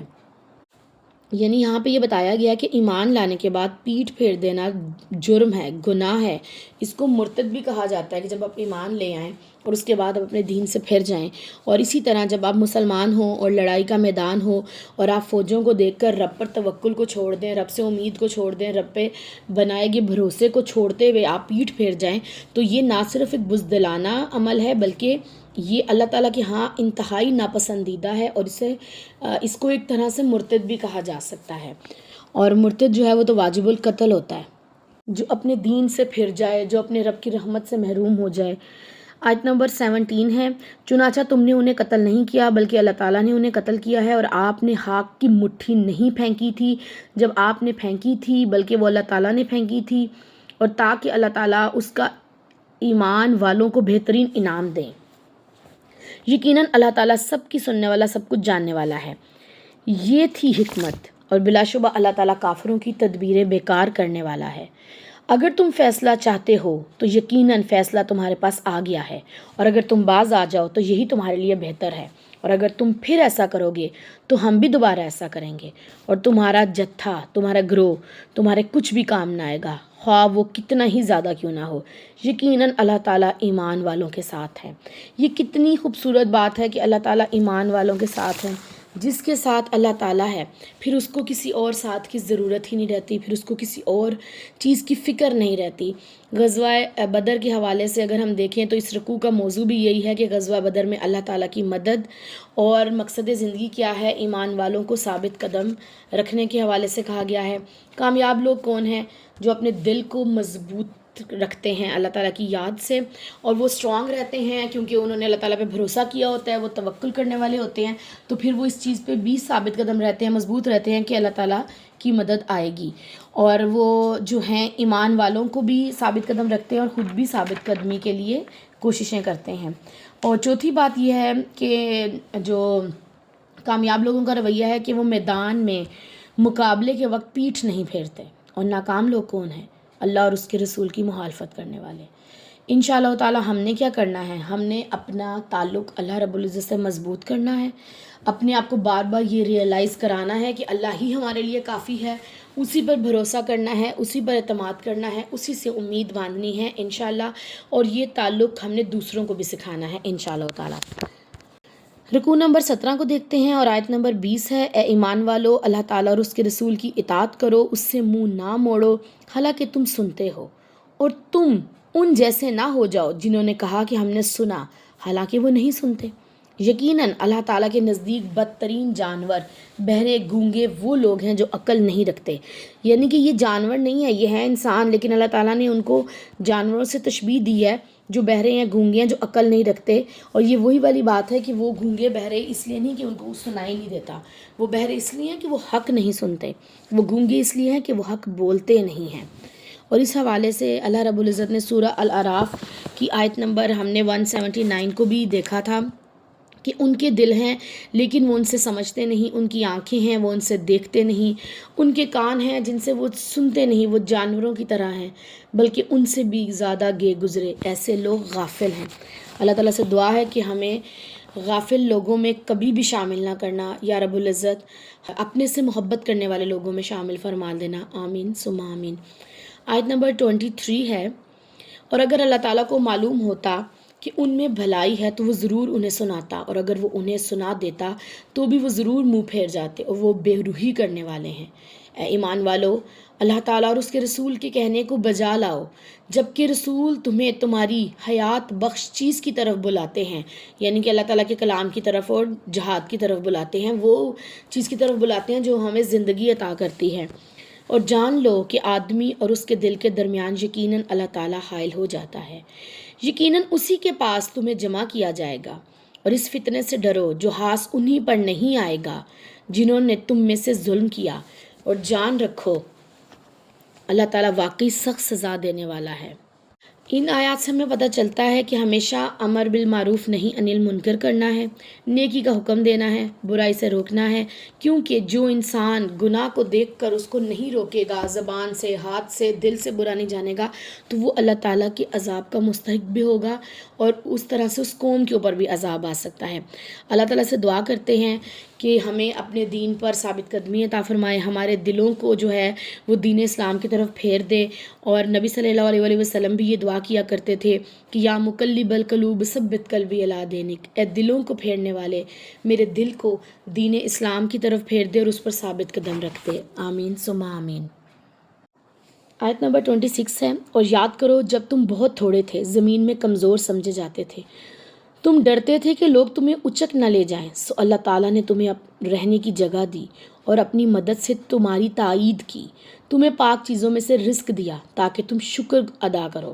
اے ایمان والو، تم اللہ اور اس کے رسول سے خیانت نہ کرو اور اپنی امانتوں میں بھی خیانت نہ کرو، حالانکہ تم جانتے ہو اور جان رکھو تمہارے مال، تمہاری اولادیں واقعتاً آزمائش ہیں، یقیناً اللہ تعالیٰ کے پاس ان کا بہت بڑا اجر ہے۔ یہاں پہ ہم دیکھتے ہیں کہ اللہ تعالیٰ جو ہے وہ حوصلہ دے رہے ہیں اپنے بندوں کو کہ جب تم بہت تھوڑے تھے، تم کمزور تھے زمین میں نے ہی تمہیں اسٹرانگ کیا، میں نے ہی تمہیں مضبوط کیا، میں نے ہی تمہیں ثابت قدم رکھا، پھر تم کیوں گھبراتے ہو؟ تمہارا کام کیا ہے؟ میں نے تمہیں رزق دیا، بس تمہارا کام کیا ہے؟ تم شکر گزار بندے بنو۔ اور آگے اللہ تعالیٰ ایمان والوں سے مخاطب ہو کے کیا کہہ رہے ہیں کہ خیانت نہ کرو، یہ بھی گناہ میں شامل ہے، اور منافق کی نشانی ہے نا کہ اس کو کوئی امانت دی جائے تو وہ خیانت کرتا ہے۔ اور منافق کون ہے؟ جو جہنم کے سب سے آخری گھڑے میں ہوگا، نہ وہ اس ریوڑ کا ہے نہ وہ اس ریوڑ کا ہے، اس کی ظاہر اور باطن میں فرق ہے۔ تو مومن تو وہ ہے جو اپنے رب کے ساتھ کنیکشن کو مضبوط کرتا ہے، تو مومن تو وہ ہے جو امانتوں میں خیانت نہیں کرتا۔ تو اللہ تعالیٰ آگے فرماتے ہیں کہ جان رکھو تمہارے مال اور تمہاری اولادیں واقعی آزمائش ہیں، ان کو آزمائش سمجھو، ان پہ مت اتراؤ، ان کو یہ کوئی بہت بڑی بات نہیں ہے اگر کوئی بہت مالدار ہے یا صاحب اولاد ہے، تو یہ اللہ رب العزت کی آزمائش ہے۔ اللہ تعالیٰ سے دعا ہے کہ اللہ تعالیٰ ہم پر ویسا بوجھ نہ ڈالنا جس کی ہم طاقت نہ رکھتے ہوں۔ یا رب العزت ہمیں اپنے پسندیدہ بندوں میں شامل فرما لینا، آمین ثم آمین۔ اگر رکوع کے موضوع کے حوالے سے بات کریں تو اللہ تعالیٰ اور اس کے رسول کی پکار پر لبیک کہنا ہے، اور اگر مقصد زندگی کے حوالے سے بات کریں رکوع نمبر 17 میں، اور اللہ اور اس کے رسول کی انشاءاللہ تعالیٰ اطاعت کرنی ہے۔ کامیاب لوگ کون ہیں؟ جو اللہ اور اس کے رسول کی اطاعت کرتے ہیں اور رسول اللہ سے، ان کی صفات سے، ان کی سنت سے منہ نہیں پھیرتے۔ کامیاب ہیں وہ لوگ جو اللہ اور اس کے رسول کی پکار پر لبیک کہتے ہیں اور شکر گزاری کا رویہ اختیار کرتے ہیں۔ ناکام لوگوں کا رویہ دیکھتے ہیں کہ وہ عقل سے کام نہیں لیتے، اللہ کی باتیں انہیں سننا پسند نہیں ہوتا، اللہ کے کلام سے منہ پھیرتے ہیں، اللہ کے کلام سے بے روحی اختیار کرتے ہیں، وہ اللہ کے ساتھ شرک جو ہے وہ کرتے ہیں اور ایسا ظلم اختیار کرتے ہیں، اور جان بوجھ کر اللہ اور اس کے رسول کے ساتھ خیانت کرتے ہیں، اللہ اور اس کے رسول کے معاملات میں، شریعت کے قوانین میں خیانت برتتے ہیں۔ ہم نے کیا کرنا ہے؟ انشاءاللہ اپنے تعلق کو اللہ رب العزت سے مضبوط کرنا ہے اور اللہ کے بندوں کو اللہ تعالیٰ سے جوڑنا ہے انشاءاللہ تعالیٰ۔ رکوع نمبر 18 کو دیکھتے ہیں، آیت نمبر 29 ہے، پارہ نمبر 9، سورہ الانفال۔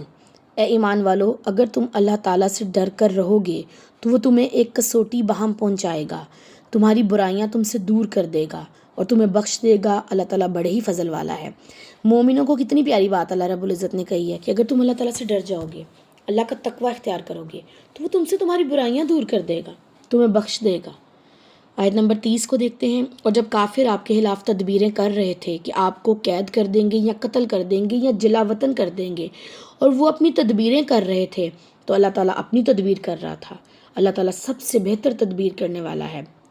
یہ مشرکین تھے جو دارالندوہ میں بیٹھ کے نبی صلی اللہ علیہ وسلم کے خلاف سازشیں کر رہے تھے، لیکن اللہ تعالیٰ تو غیب کا علم جانتے ہیں، دلوں کا راز جانتے ہیں، اللہ تعالیٰ سے کیسے ان کی سازشیں چھپی رہ سکتی تھیں۔ آیت نمبر 31 ہے، اور جب ان کو ہماری آیات پڑھ کر سنائی جاتی ہیں تو کہتے ہیں تحقیق ہم سن چکے ہیں، اور اگر ہم چاہیں تو ایسی باتیں ہم بھی کر سکتے ہیں، یہ تو محض پہلوں کی قصے کہانیاں ہیں۔ اور جب انہوں نے کہا اے اللہ، اگر یہ واقعی تیری جناب سے حق ہے تو ہم پر آسمان سے پتھروں کی بارش برسا یا کوئی دردناک عذاب ہم پر لے آ، اور اللہ تعالیٰ ان پر اس وقت تک عذاب لانے والا نہیں تھا جب تک آپ ان کے درمیان موجود تھے، اور اللہ تعالیٰ ان کو اس وقت بھی عذاب دینے والا نہیں جب کہ وہ استغفار کر رہے ہوں۔ اچھا، یہاں پہ ہم دیکھتے ہیں کہ جو منافقین تھے یا مشرکین تھے وہ بت ہٹ دھرم تھے، وہ نبی صلی اللہ علیہ وسلم کے خلاف سازشیں کر رہے ہیں، مسلمانوں کے خلاف سازشیں کر رہے ہیں، تدبیریں کر رہے ہیں، جبکہ وہ جانتے بھی ہیں کہ اللہ تعالیٰ ہر چیز کو سمجھنے والے ہیں، اللہ تعالیٰ ہر چیز کو جاننے والے ہیں، اللہ تعالیٰ کے پاس ہر چیز کا علم ہے۔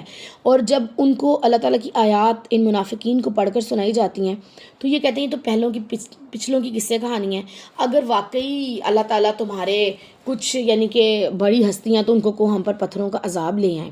تو ہم نے دیکھا کہ بدر کے میدان میں ابو جہل اور اس کے ساتھیوں کو اللہ تعالیٰ نے ان کی سازشوں کے بدلے کس طرح سے موت نصیب کی تھی اور کس طرح سے بری موت ان کو آئی تھی۔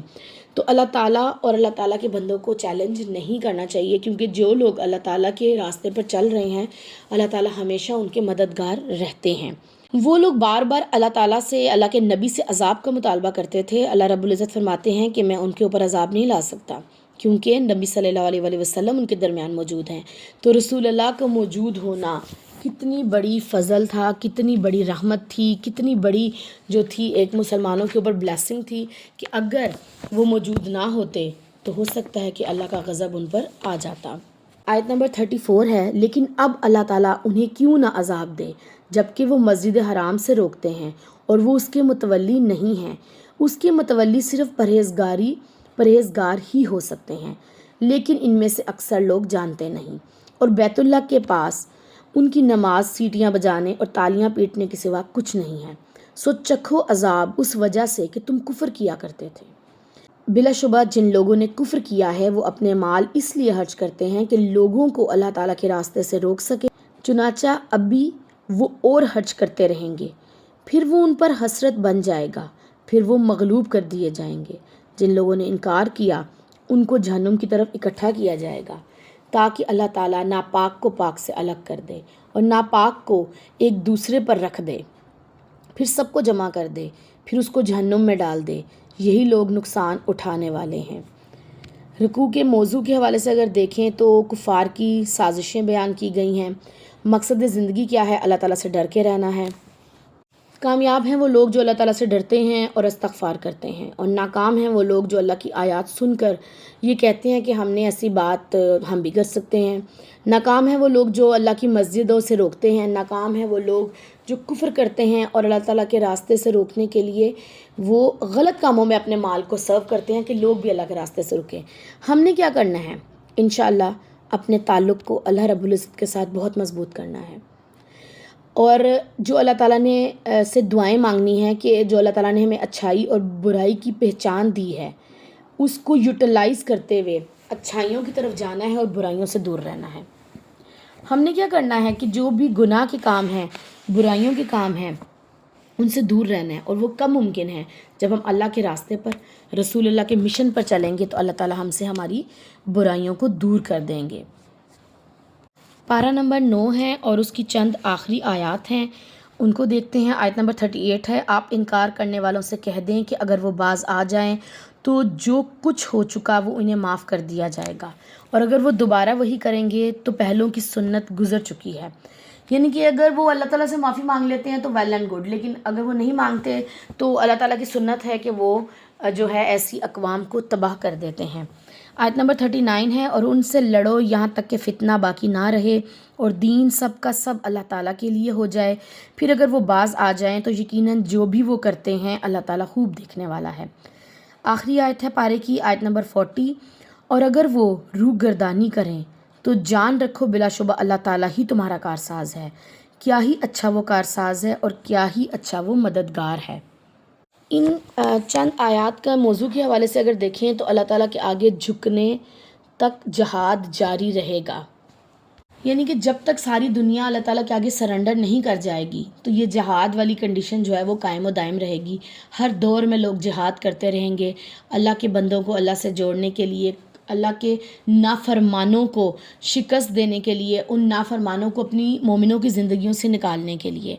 ہم آخری آیات کے اگر کامیاب لوگوں کے حوالے سے دیکھیں تو یہ ہے کہ وہ اللہ تعالیٰ کے روکنے سے، کفر سے باز آ جاتے ہیں۔ ایسے لوگ کامیاب ہیں، ایسے لوگ کامیاب ہیں جو اللہ تعالیٰ کی فرما بردار ہیں، اور ناکام ہیں وہ لوگ جو منہ پھیرتے ہیں، جو انکار کرتے ہیں۔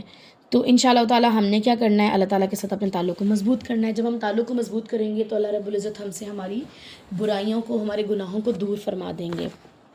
اللہ تعالیٰ سے دعا ہے کہ پارہ نمبر 9 کے جو بھی احکامات تھے ہمیں اس کے لیے شرح صدر نصیب فرما دے، اور اللہ رب العزت سے دعا ہے کہ جو غلطیاں کوتاہیاں ہم سے ہوئی ہیں ان سے درگزر فرما دے۔ پارہ نمبر 9 کا میسج یہی ہے کہ رسالت کے مشن کو اپنانا ہے، اللہ کی رسی کو مضبوطی سے تھام لینا ہے، مقصد حیات کا تعین کرنا ہے اور اس پر عمل کرنا ہے، اس پر چلنا ہے۔ ہمیشہ مثبت رہیے، دوسروں کی زندگیوں میں آسانیاں بانٹنے والے بن جائے۔ اللہ رب العزت ہم سب کی زندگیوں کو آسان کر دے، آمین۔ اپنا بہت زیادہ خیال رکھیے، دعاؤں میں یاد رکھیے۔ سبحانک اللہم و بحمدک نشہد ان لا الہ الا انت نستغفرک و نتوب الیک۔ السلام علیکم ورحمۃ اللہ وبرکاتہ۔